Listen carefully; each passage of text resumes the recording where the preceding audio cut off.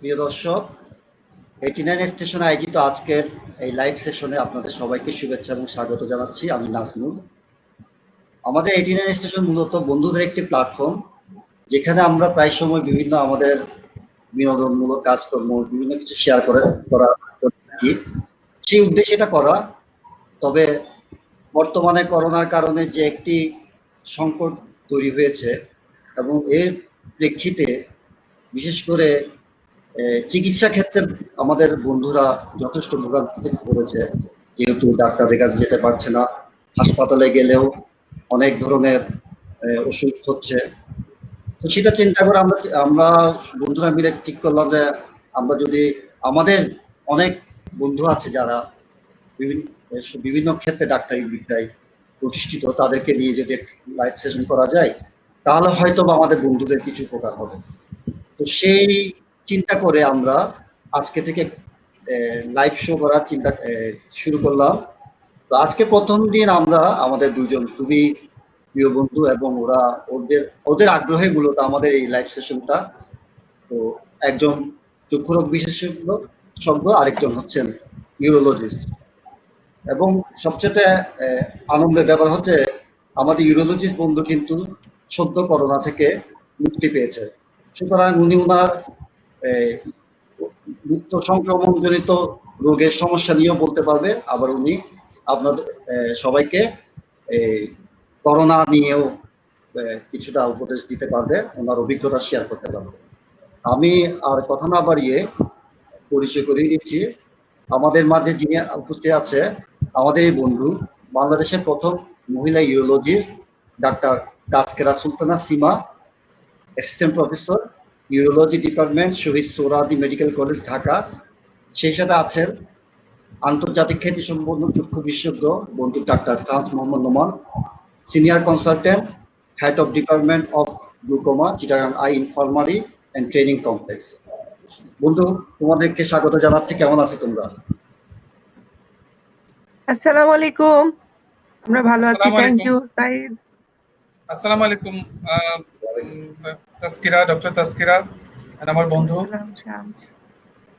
প্রিয় দর্শক মন্ডলী, আপনারা চাইলে এখানে আমাদের কমেন্টে প্রশ্ন করতে পারেন, আমাদের বন্ধুরা সাধ্যমতো চেষ্টা করবে। তবে চিকিৎসা পেতে হলে আপনারা একটু সরাসরি যোগাযোগ করতে পারেন, কারণ এমনি কমেন্ট থেকে আসলে ওভাবে চিকিৎসা দেওয়াটা যুক্তিসঙ্গত হবে না। কারণ আসলে চিকিৎসা দিতে গেলে সরাসরি কথা বলে কিংবা সরাসরি দেখাটা আরো অনেক বেশি ভালো। যাই হোক, আমি প্রথমে আমাদের বন্ধু ডাক্তার সীমার কাছে যাচ্ছি। তার ইউরোলজি সংক্রান্ত কথার আগে তার কাছে আমি প্রথমে জানতে চাইবো সে কিভাবে আসলে করোনা আক্রান্ত হয়েছে, এবং সে ব্যাপারে যদি প্রথমে একটু কিছু বলে, মানে তার ধারণা কি আর একটু যদি দর্শকদেরকে বলে।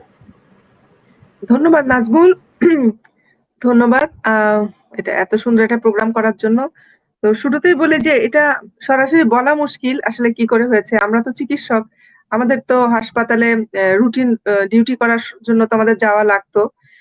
শুরুর দিকে রোজার আগে আগে তো আমরা প্রতিদিনই যেতাম, কিন্তু রোজার সময় আমরা যেটা করলাম, সকলে মিলে একটা রোস্টার ডিউটি করলাম যে 4 দিন পর পর আমরা বাই রোটেশন আমরা রাউন্ডে যেতাম। আমরা ইনডোর আউটডোর কাজ করেছি, তো অসুবিধা হয়নি। কিন্তু আমার যেদিন ধরা পড়লো 13ই মে লাস্ট আমার ডিউটি করার পর 14ই মে থেকে ধরা পড়লো, এবং একই দিন একদিন পর পর আমার গাড়ির ড্রাইভার এবং আমার মেয়ে, আমার বাসার কাজ করার মানুষ, মানে 3 দিনের মধ্যে আমরা মোটামুটি 5 জন পজিটিভ।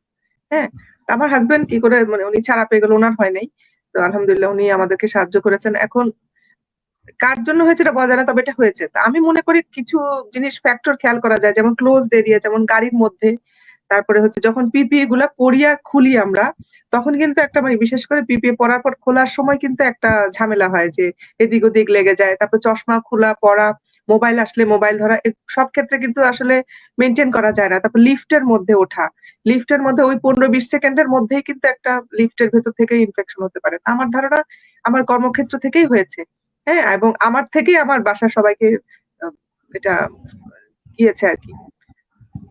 এখন এটাকে ধরে নিতে হবে বাংলাদেশে এখন কমিউনিটি ট্রান্সমিশন শুরু হয়ে গেছে, এখন হয়েছে আরো আগে থেকে। এখন সবাই মোটামুটি এটাতে চলে আসবে, এটা একটা ফ্লু ভাইরাস, এটা আক্রমণ হবেই, সবাই সংক্রমণ হবেই, কিন্তু এটা নিয়ে এত ভয় পাওয়া যাবে না।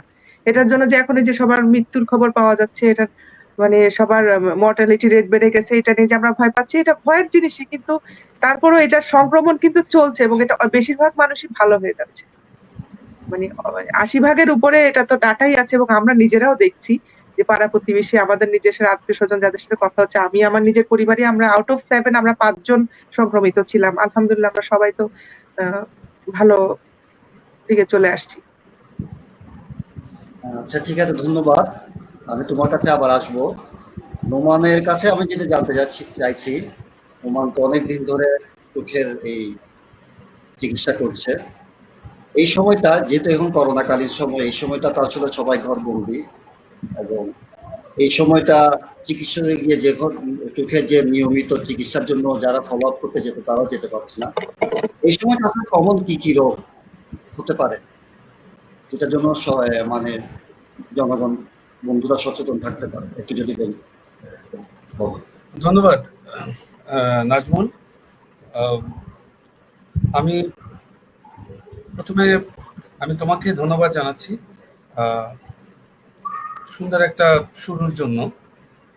আর তার সাথে আমার সম্মানিত যে বন্ধু বান্ধব যারা আমাদেরকে সবসময় সাপোর্ট দিয়ে যাচ্ছে, যারা সবসময় আমাদেরকে এনকারেজ করে যাচ্ছে, তাদের প্রতি আমাদের কৃতজ্ঞতা। 89 station it's a very good platform. তাদের উদ্যোগকে আমি স্বাগত জানাচ্ছি, এবং আমি অন্যান্য ডক্টর যে বন্ধুরা আছে তারাও পর্যায়ক্রমে এই অনুষ্ঠানে অংশগ্রহণ করবে এবং আমাদের বন্ধুদের প্লাস তার সাথে আপামর জনসাধারণের সেবায় নিয়োজিত হবে এই আশাবাদ ব্যক্ত করছি। আমি আমার কথার প্রারম্ভে একটা কথা আমি সবসময় যে কোনো মিডিয়াতে আমি বলি, আজকেও আমি সেটা বলতে চাই, যে আমি বর্তমান এই করোনা কালে যাদের প্রতি আমার সরাসরি সম্মান প্রদর্শন করতে চাই, আমাদের যারা করোনা যোদ্ধা আছেন, বিশেষ করে যারা ডাক্তার, যারা নিয়মিতভাবে পালিয়ে না গিয়ে করোনা রোগীর সেবায় নিজেদেরকে নিয়োজিত করেছে এবং এখনো করছে, হাজার হাজার ডক্টর। এবং শুধুমাত্র যারা করোনা চিকিৎসা করছে তা না, করোনা হাসপাতালে যারা অন্যান্য সাব স্পেশালিটির চিকিৎসা করছে তারাও কিন্তু করোনা আক্রান্ত হওয়ার সম্ভাবনা আছে। আমি তাদের আত্মার মাগফিরাত কামনা করছি, যারা অলরেডি করোনা চিকিৎসা দিতে গিয়ে করোনা আক্রান্ত হয়ে মৃত্যুবরণ করেছে। বিশেষ করে আমাদের ডাক্তার সমাজ, আমাদের পুলিশ বাহিনীর সদস্য, আমাদের সশস্ত্র বাহিনীর সদস্য, সাংবাদিক তথা আমাদের ভাই বোন বন্ধুরা, তাদের আত্মার মাগফিরাত কামনা করছি। আমাদের এই অনুষ্ঠানের উদ্দেশ্য আসলে জনগণের সাথে সম্পৃক্ত হওয়া। মানুষ অনেক কষ্ট পাচ্ছেন এই করোনা পিরিয়ডে, তারা ডাক্তারদের কাছে যেতে পারছেন না, তারা সমস্যায় পড়ছে, করোনার সিমটম ডেভেলপ করছে, করোনা আক্রান্ত হওয়ার ভয়ে ইভেন তারা কোনো হসপিটালেও যেতে পারছে না। বিকজ একটা ইনফরমেশন আছে যে কোনো একটা 1000 লোক যেখানে জড়ো হবে সেখানে দেখা যাচ্ছে যে 20% করোনা ক্যারিয়ার থাকতে পারে। আর সেটা যদি একটা স্বাস্থ্য বা কোনো একটা স্বাস্থ্য ইনস্টিটিউট হয়ে থাকে, একটা হসপিটাল হয়ে থাকে, সেটা অ্যাড অন 20%, তাহলে আসলে পরিস্থিতি অনেক ভয়াবহ। ভয়াবহ হলেও আমাদের ভয় পাওয়ার কিছু নেই। চোখের ব্যাপারটা আমি একটু উল্লেখ করতে চাই। করোনার কিছু আর্লি সিমটম আছে, কিছু আর্লি সাইন আছে, তার মধ্যে চোখের ব্যাপারটাও আছে।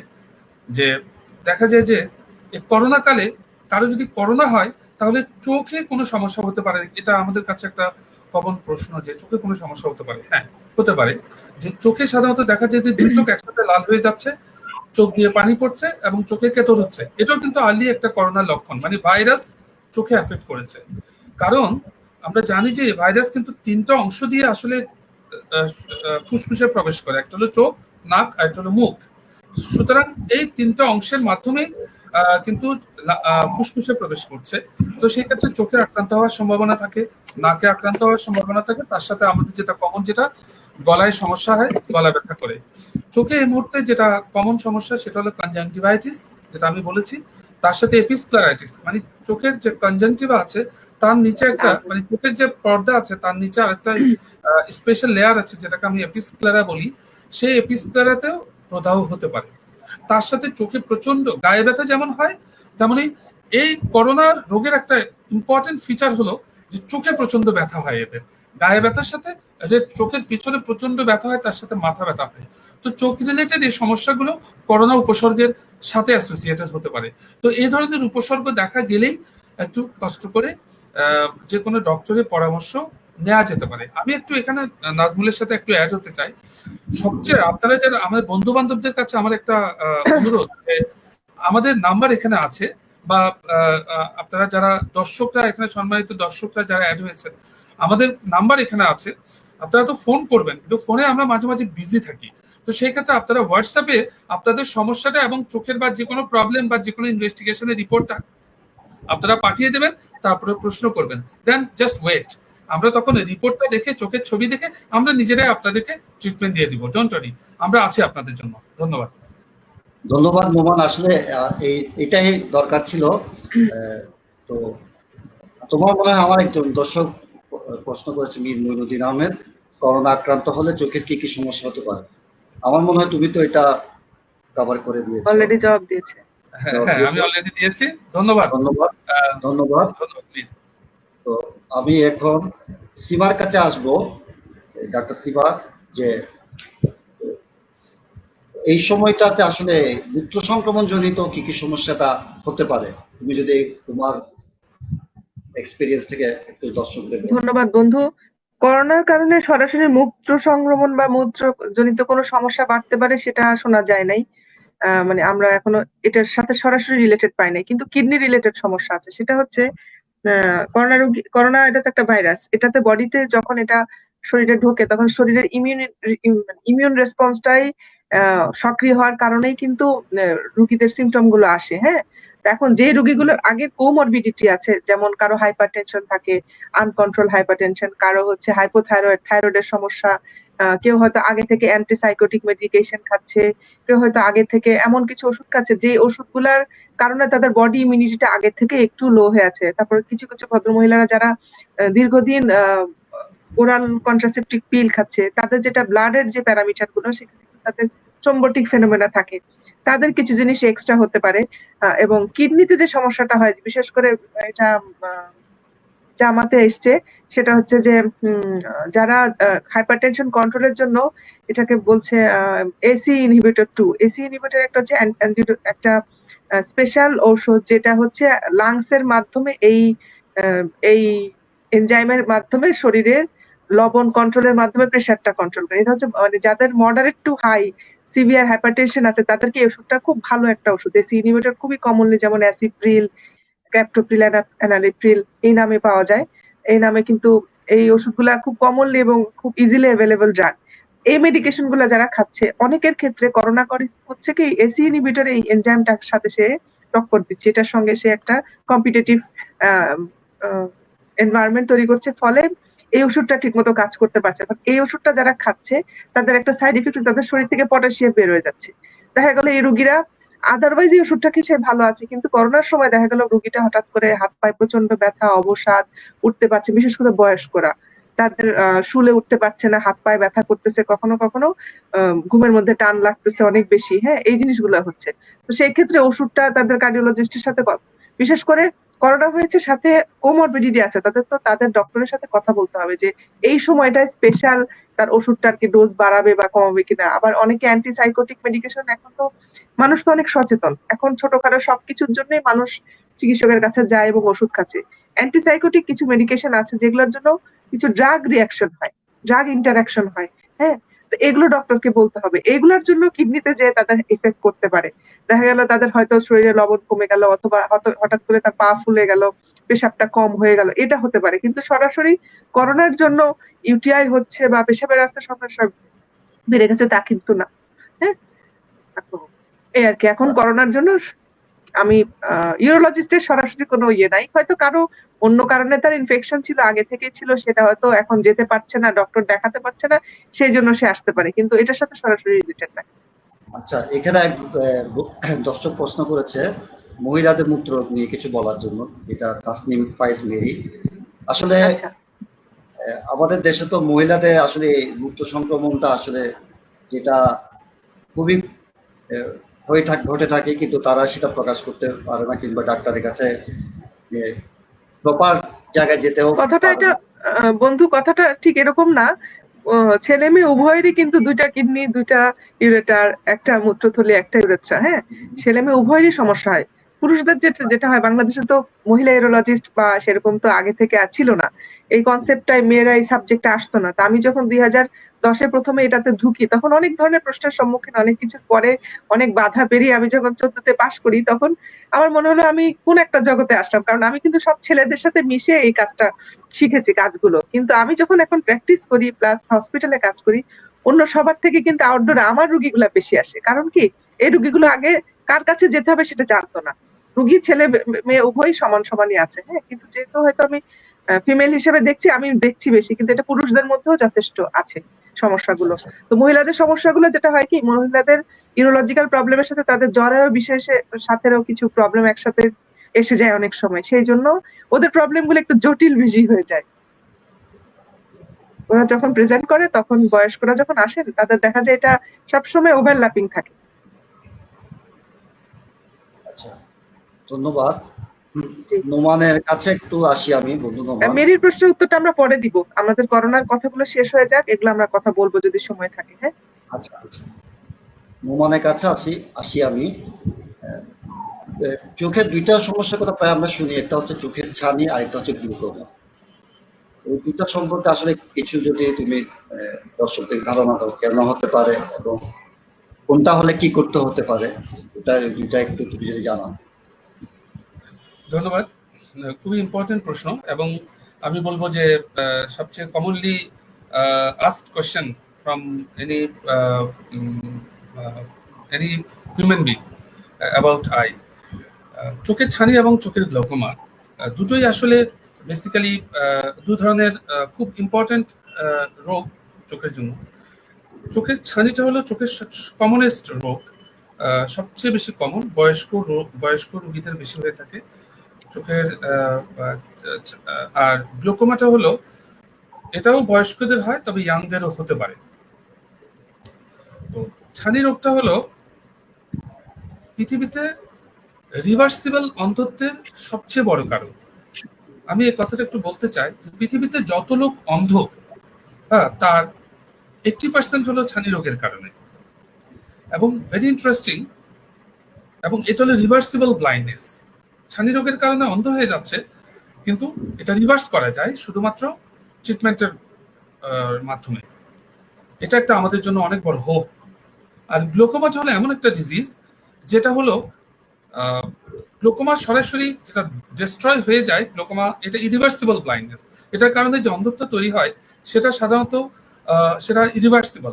তবে হ্যাঁ, আমরা কেন চিকিৎসা করি? যতটুকু চলে গেছে তো চলে গেছে, বাট বাকিটুকু রক্ষা করার জন্য। আমি দুটো ডিজিজ একটু যদি এক্সপ্লেইন করি।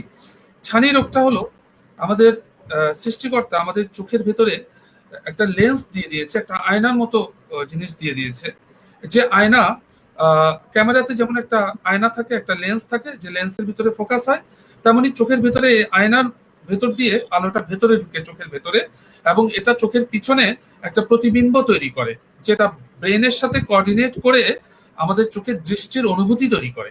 তাহলে আমার চোখের ভেতরে আয়নার ভেতর দিয়ে কিন্তু লাইটটা আসতে হবে। এখন এই আয়না যদি স্বচ্ছ না থাকে, তাহলে লাইট কখনো ভেতরে ঢুকতে পারবে না। হ্যাঁ, আমরা যদি দেখি যে নর্মালি আমাদের একটা আয়না যদি আয়নার এ পাশ থেকে ও পাশ, আমরা তখনই দেখতে পারি আয়নাটা যদি স্বচ্ছ থাকে।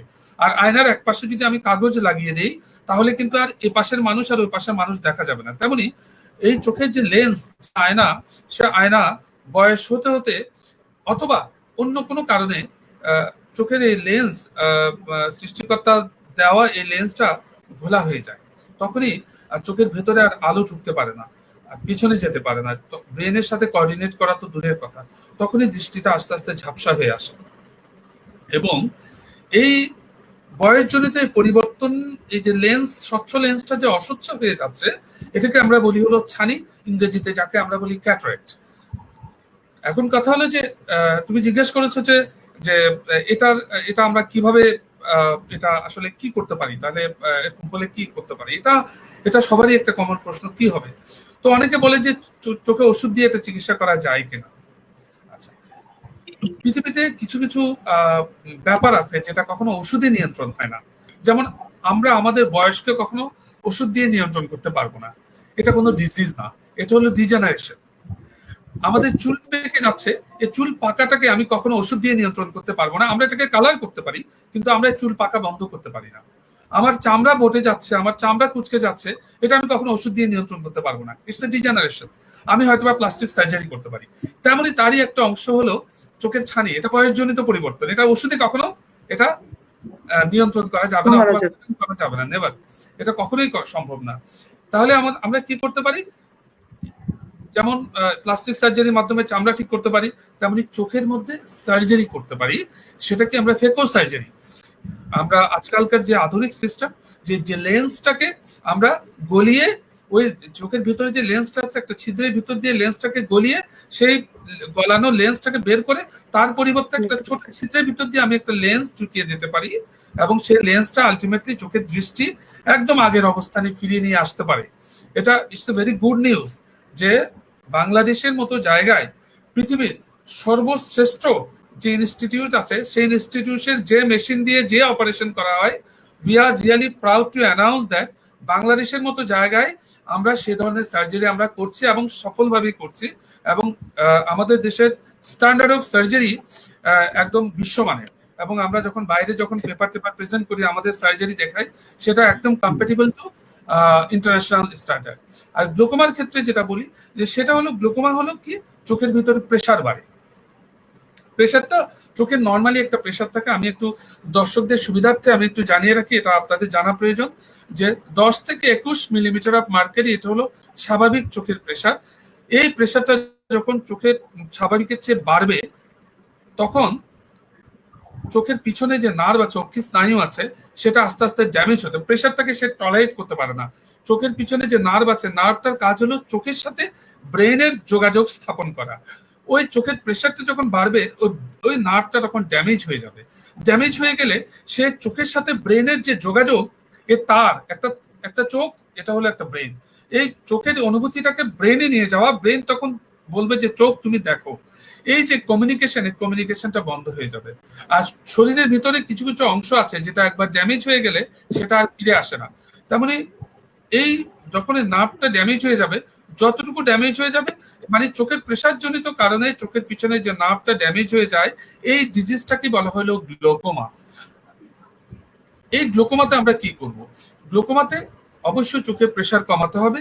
আমরা বিভিন্ন রকম চোখের প্রেসার কমানোর ওষুধের মাধ্যমে চোখের প্রেসারটা কমিয়ে রাখি। এতে যদি চোখের প্রেসার না কমে, তাহলে আমাদেরকে সার্জারি করতে হয়। আমি এখানে দর্শকদের জন্য একটা কথা অবশ্যই বলতে হয়, আমাদের অনেক বন্ধুর বাবা মায়ের চিকিৎসা করি আমরা, যে আমাদের কাছে প্রশ্ন করে যে আমার মায়ের বা বাবার চোখের দৃষ্টি আর ফেরত আসবে কিনা। আমার একটাই কথা, চোখের দৃষ্টি যতটুকু চলে গেছে সেটা কিন্তু ফেরত দেওয়া যায় না, যেটা ক্যাটারাক্টে যায়, ছানিতে যায়।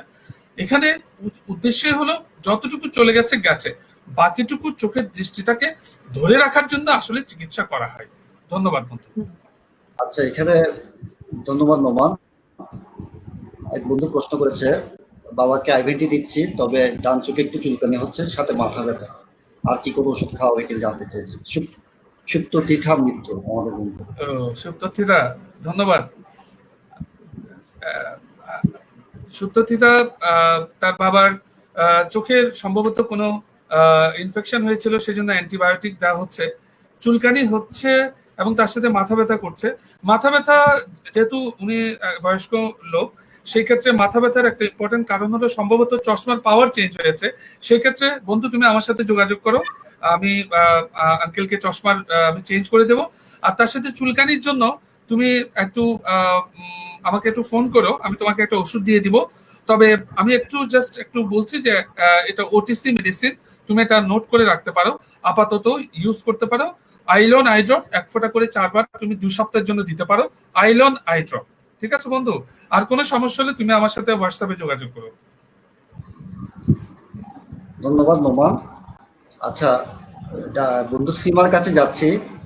তুমি এখন তোমার যে করোনার সময় যে যুদ্ধটা করেছো, তা যদি আমাদের দর্শকদের সাথে শেয়ার করতে। চিকিৎসা তুমি যেভাবে মোকাবেলা করেছো। আচ্ছা, আচ্ছা, আপনি যা যা করোনা, করেছিলেন। জি, সেটা চিকিৎসা জানার আগে জানতে হবে যে আমাদের উপসর্গগুলো কি ছিল। মানে আমাদের বাসার যেই ৬-৭ জন যারা আমরা আক্রান্ত হয়েছিলাম, আমাদের বেশিরভাগেরই জ্বর ছিল। জ্বরটা কারো ক্ষেত্রে ৭-৮ দিন ছিল, আমার জন্য ৭ থেকে ৮ দিন আমার ছিল। আমার বাচ্চা ওর বয়স ১৪ বছর, ওর ছিল ৩ দিন। তারপর আমাদের বাসার যারা রান্না করে, কাজ করে, ওদের ছিল প্রায় ৪-৫ দিন। মানে বয়স্কদের জ্বরটা একটু বেশি ছিল। জ্বর থাকতে পারে, তারপর গায়ে ব্যথা ছিল, তারপর মাথা ব্যথা, এবং হচ্ছে যে আমার স্পেশাল একটা সিম্পটম ছিল যে আমার স্পাজম, মানে পায়ের মধ্যে প্রচন্ড ব্যথা ছিল। হঠাৎ পায়ের মধ্যে ব্যথা করে ওঠে, তারপর ঘাড়ে ব্যথা করে ওঠে, কিন্তু আমার হাইপারটেনশন নাই, বাট মনে হচ্ছে এখানে ব্যথা করে উঠছে, এখানে মানে চেপে ধরছে কিছু একটা, এরকম। তো আমি যেহেতু আমার কিছু কোমরবিডিটি আছে, আমার ব্লাড সুগার হাই, আমি প্রথম থেকেই আমার যে ইনসুলিনের ডোজটা আমি নেই, সেটা আমি মানে ৩ বেলা মেপে কিছু ডোজ আমাকে বাড়াতে হয়েছিল, যেহেতু আমার এই সময় আমার খাওয়া বাড়িয়ে দিয়েছি। আমার এই সময় খাওয়ায় আমি কোনো রেস্ট্রিকশন করি না, যে বিশেষ করে আমি খাওয়ার রুচি চলে যায়, খেতে পারা যায় না, নাকে গন্ধ আসে না, তখন দেখা গেল যে পুষ্টি রাখার জন্য আমি জোর করে খেয়েছি। তো যে খাবারটা খেতে, যেমন তখন আম খেতে ভাল লাগছে, আম খাচ্ছি, তখন মিষ্টি ভাল লাগছে, খাচ্ছি, কিন্তু আমার তো ডায়াবেটিস। তখন ওই খাওয়াটার সাথে আমার ইনসুলিনটা অ্যাডজাস্ট করতে হবে, যেটা সবাইকে করতে হবে। তারপর হচ্ছে যে আপনার আমার লিপিড প্রোফাইল, যাদের রক্তে চর্বির পরিমাণ বেশি থাকে, এটা রুগীরা তো জানে, বেশিরভাগ রুগী জানে, অথবা তার বয়স্ক হলে তাদের সন্তানরা জানে। সেটা যদি হয় তাদের ক্ষেত্রে রক্ত তরল করার ওষুধ দেওয়া লাগতে পারে, এবং এটা খুবই কার্যকরী একটা জিনিস। কারণ এখন গবেষণায় দেখা গেছে যে করোনাতে সিমটম গুলো আসার কয়েকটা কারণ আছে বড়। একটা হচ্ছে যে এই জীবাণুটা সরাসরি আমাদের ফুসফুসের মধ্যে নিউমোনিয়া তৈরি করে। হ্যাঁ, এটা একটা ভাইরাসের কিন্তু সরাসরি কোনো ঔষধ নাই। ভাইরাসকে আমাদের শরীরে, যেমন ফ্লু একটা ভাইরাস, আমাদের ঠান্ডা লাগে, বছরের এই মাথা আমাদের ঠান্ডা, সর্দি, কাশি, জ্বর হইতেই পারে, সেটা নিজে হয়, নিজে ভালো হয়ে যায়। কারো ক্ষেত্রে তো একটু বেশি দিন থাকে। সেরকম এই নিউমোনিয়াটাকে কিন্তু আমরা কন্ট্রোল করতে পারি না, কিন্তু কারো যদি এই থ্রোম্বোসিসের যেটা রক্ত জমাট বাঁধার একটা প্রক্রিয়া, এটাকে সে অগমেন্ট করে, এটাকে এলোমেলো করে দেয়। এটা সহজভাবে যদি বলি, যেমন বন্ধুরা আপনারা মনে করেন যে যখন আমাদের শরীরে রক্ত চলাচল করে, সেটা কিন্তু তরল রক্তই থাকে। একটা পশুকে যখন জবাই দেওয়া হয়, এই যে কোরবানির সময়, তাকে যখন জবাই দেওয়া হয়, তার গলা থেকে যখন রক্তগুলা পড়ে, দেখবেন যে নিচে যেখানে পড়লো কয়েক মিনিটের মধ্যে রক্তটা জমাট বেঁধে যায়। তা আমাদের শরীরের মধ্যে তো রক্তটা এভাবে জমাট বাঁধে না কেন? তার মানে শরীরে সেই মেকানিজমটা আছে যেটা এটাকে তরল রাখে। তো করোনা ভাইরাসের একটা অ্যাটাকিং জায়গা হচ্ছে, তারা এই রক্ত জমাট বেঁধে ফেলার এই জিনিসটার সাথে একটা রিয়াকশন তৈরি করে, ফলে নর্মাল মানুষেরই এইটা টেন্ডেন্সিটা বেড়ে যায়। আর কারো যদি আগে থেকেই রক্তের সমস্যা থাকে, তাদেরটা যে কারণে দেখবেন হঠাৎ করে রুগীরা ভালো ছিল, হঠাৎ করে হার্ট অ্যাটাক হচ্ছে, হঠাৎ করে তার মাথা ব্যথা, রুগী অজ্ঞান হয়ে পড়ে গেল, রুগী ব্রেন স্ট্রোক করে মারা গেল, কিন্তু উনি করোনা পজিটিভ। অনেক পেশেন্ট কিন্তু এরকম হচ্ছে। তা আমাদের তো যেহেতু এখানে অটোপসি হচ্ছে না, কিন্তু বাইরে লন্ডনের তথ্য মোতাবেক ওদের ইয়েগুলো আমরা ফলো করি, ওখানে অটোপসি করে দেখা গেছে যে কজ অফ ডেথের মধ্যে তাদের অ্যান্টিজেন অ্যান্টিবডি রিঅ্যাকশন, যেটা আমরা কিছু রক্তের পরীক্ষার দ্বারা আন্দাজ করতে পারি, কিন্তু ওরা অটোপসি করে সেগুলো মিলিয়ে দেখেছে যে ওখানে অ্যান্টিজেন অ্যান্টিবডি রিঅ্যাকশন হয়ে ডিরেক্টলি আপনার ব্রেন টিস্যু লস হয়েছে, ডিরেক্টলি তার কার্ডিয়াক টিস্যু লস হয়েছে, ম্যাসিভ হার্ট অ্যাটাকে মারা গেছে। এটা ইয়াংদের ক্ষেত্রেও বেশি হয়। এটা হতে পারে। তারপর হতে পারে পেশেন্টদের মধ্যে একটা বিশাল একটা সাইকোলজিক্যাল ট্রমা হয়, যখন মানে অনেকেই আছে অ্যাসিমটোমেটিক, বেশিরভাগই কিন্তু দেখা যাচ্ছে 70-80% রোগী ওরা পজিটিভ ক্যারিয়ার হয়ে ঘুরে বেড়াচ্ছে, তারা জানেও না। তারা কারা? ধরেন হসপিটালে ভর্তি করেছে রোগী, পেশেন্টের ওয়াইফ অথবা পেশেন্টের হাজবেন্ড, হ্যাঁ, তারপর হচ্ছে অনেকে বাসায় মানে কেয়ার গিভার, তারা জানেও না, কারণ তাদের কোনো সিমটম আসতেছে না। এই সিমটম আসা না আসার ব্যাপারটা হচ্ছে এক একজনের বডির ইমিউনিটি। আমাদের শরীরে যে কোনো অসুখের জন্য, ব্যাকটেরিয়া, ভাইরাস বা যে কোনো রোগ জীবাণুর জন্য যে অসুখটা আমাদের শরীরে হয় যে কোনো সময়, যেমন ধরেন ম্যালেরিয়া, কালাজ্বর বা ডেঙ্গু, যেটাই হোক, সেটা যখন শরীরে ঢুকে, শরীর কিন্তু এটাকে বাধা দেওয়ার চেষ্টা করে। যে পুলিশম্যান গুলো আমাদের আছে, এখানে আমাদের মেইন দুটো পুলিশম্যান আছে, এটা হচ্ছে টি লিম্ফোসাইট, বি লিম্ফোসাইট। আমি একদম সূক্ষ্মভাবে বলি, এরা হচ্ছে আমাদের বডির মানে পাওয়ার হাউস, মানে police force, RAB, army force এর মতো। তারা করে কি, প্রথমবার যখন যারা আসে রেডি পুলিশ, তারা যে ঝাঁপায় করে ওগুলাকে মারে, তারপরে মারার পর এখন অনেক লোডেড ভাইরাস অনেক আসতেছে, তখন তারা মারার জন্য কি করে, তাদের পাওয়ার হাউসে চলে যায়। সেইগুলো হচ্ছে আমাদের লিভার, আমাদের বোন ম্যারো, এসব জায়গা থেকে আরো নতুন নতুন পুলিশ আসে, নতুন নতুন সেলগুলো আসে। এই যে আসার টাইম গুলোর ভেতরে কিন্তু রোগী জ্বর আক্রান্ত হচ্ছে, আবার নতুন নতুন রিক্রুটমেন্ট হচ্ছে, 3-4 দিন পরে শরীর তৈরি হয়ে যায়, তখন যথেষ্ট টি লিম্ফোসাইট বি লিম্ফোসাইটে ঝাঁপায় পড়ে। এখন এই টি লিম্ফোসাইট বি লিম্ফোসাইট কিন্তু দুইটা একসঙ্গে আসে না। শুরুতে যেটা তৈরি আছে সেটা টি, কিন্তু বি লিম্ফোসাইটটা তৈরি হতে সময় লাগে। বললো না অ্যান্টিবডি তৈরি হয়, অ্যান্টিবডি হবে, ভ্যাকসিন দিব, সেটা হচ্ছে এই বি লিম্ফোসাইট। এখন একজনের শরীরে এই টি লিম্ফোসাইট এগুলো তৈরি করবে কোথা থেকে? শরীরে যে তৈরি হবে তার জন্য খাবার লাগবে।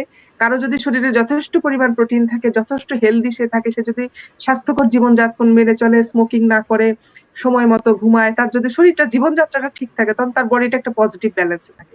তাদের দেখা গেলো যে কোনো জীবাণু ঢুকলেই খুব বেশি কাবু করতে পারে না। দেখবেন হেঁটে যাচ্ছে একটা শুকনা টুকনা একটা লোক, খুব বেশি খাওয়া দাওয়া কিন্তু সে ভালো, আবার খুব নাদুস সুদুস একজন লোক অল্প একটু জ্বরে এসে কাবু হয়ে গেল। জিনিসটা এক একজনের বডি রেসপন্স। হ্যাঁ, নাম্বার 2 হচ্ছে সাইকোলজিক্যাল ট্রমা, যেটা বলছি সেটা অ্যাজ এ হোল সবার মধ্যেই আসে, কিন্তু এটা পরিবারে অথবা কারো যদি হাউস ফিজিশিয়ান থাকে, বা প্রত্যেকের পরিবারে কিন্তু একজন গুরু থাকে, একজন মাথা থাকে, যার কথাটা সবাই শুনে। এখন দেখা গেল পরিবারের ওই লোকটারই অসুস্থতাটা হয়েছে, বাকিরা ওটা দেখে ভয় পেয়ে যায়, ওনার তো হলো, উনি তো আর বাঁচবে না। এটা হলো এখন আমরা কি করব? এইটা একটা মারাত্মক ট্রমা। আমার সবার কাছে একটা বড় মেসেজ যে করোনা মানে কিন্তু মৃত্যু না। করোনা 80 থেকে 90% ক্ষেত্রে করোনাটা ভালো হয়ে যায়, ভালো হয়ে যাচ্ছে। হ্যাঁ, তো যেটা মারা যাচ্ছে আপনারা কোমরবিডিটি, এটা হচ্ছে আপনার শরীরে এমন কোনো অসুখ বিসুখ, এমন কোনো পুরনো ঝামেলা আছে যেটা আপনাকে জানাতে হবে আপনার ডাক্তারকে, এবং আপনার ওটাই খেয়াল রাখতে হবে যে ওটা আমার হওয়া মাত্রই আমি আমার চিকিৎসকের জানিয়ে খবর নিব, আমি আমার নিজেকে একটা প্ল্যান তৈরি করবো। এটা একটা যুদ্ধে যাওয়ার আগে আমার যা যা আছে সেই জিনিসগুলো আমাকে রেডি করে রাখতে হবে, ফলে শত্রু যখন অ্যাটাক করবে আমি আমার সামর্থ্য অনুযায়ী আমি তার সাথে ফাইট করব। এটা যদি আপনারা তৈরি থাকেন, কিন্তু আপনারা ভয় পাবেন না। করোনা মানেই কিন্তু মৃত্যু না, এটাকে আপনার বুদ্ধির সাথে মোকাবেলা করেন, এবং আপনার ফ্যামিলি ফিজিশিয়ান বা আপনার বন্ধু যিনি ডক্টর আছে, যার কাছে আপনারা অ্যাক্সেস করতে পারেন, এখন তো আমরা আছি, আপনারা সেটা যোগাযোগ করেন। আর এখন ফেসবুক, বিভিন্ন মিডিয়ার মাধ্যমে একটা কমন চিকিৎসা ব্যবস্থা সবাই কিন্তু জানে, এটা হচ্ছে সিমটোম্যাটিক চিকিৎসা। এটা বাংলাদেশেও যে চিকিৎসা, ইউএসএ তেও একই চিকিৎসা, ইউকে তেও একই চিকিৎসা। যখন যে রোগীটা যে সমস্যাটা নিয়ে আসবে, সেটা সমস্যাটাকে আমরা তাড়ানোর চেষ্টা করব, কিন্তু অ্যাজ এ হোল সবার জন্য একই কোনো চিকিৎসা নাই। হ্যাঁ, করোনার জন্য স্পেশাল কোনো চিকিৎসা নাই। করোনা হলে যে অক্সিজেন লাগবে, করোনা হলে যে হসপিটাল, নো।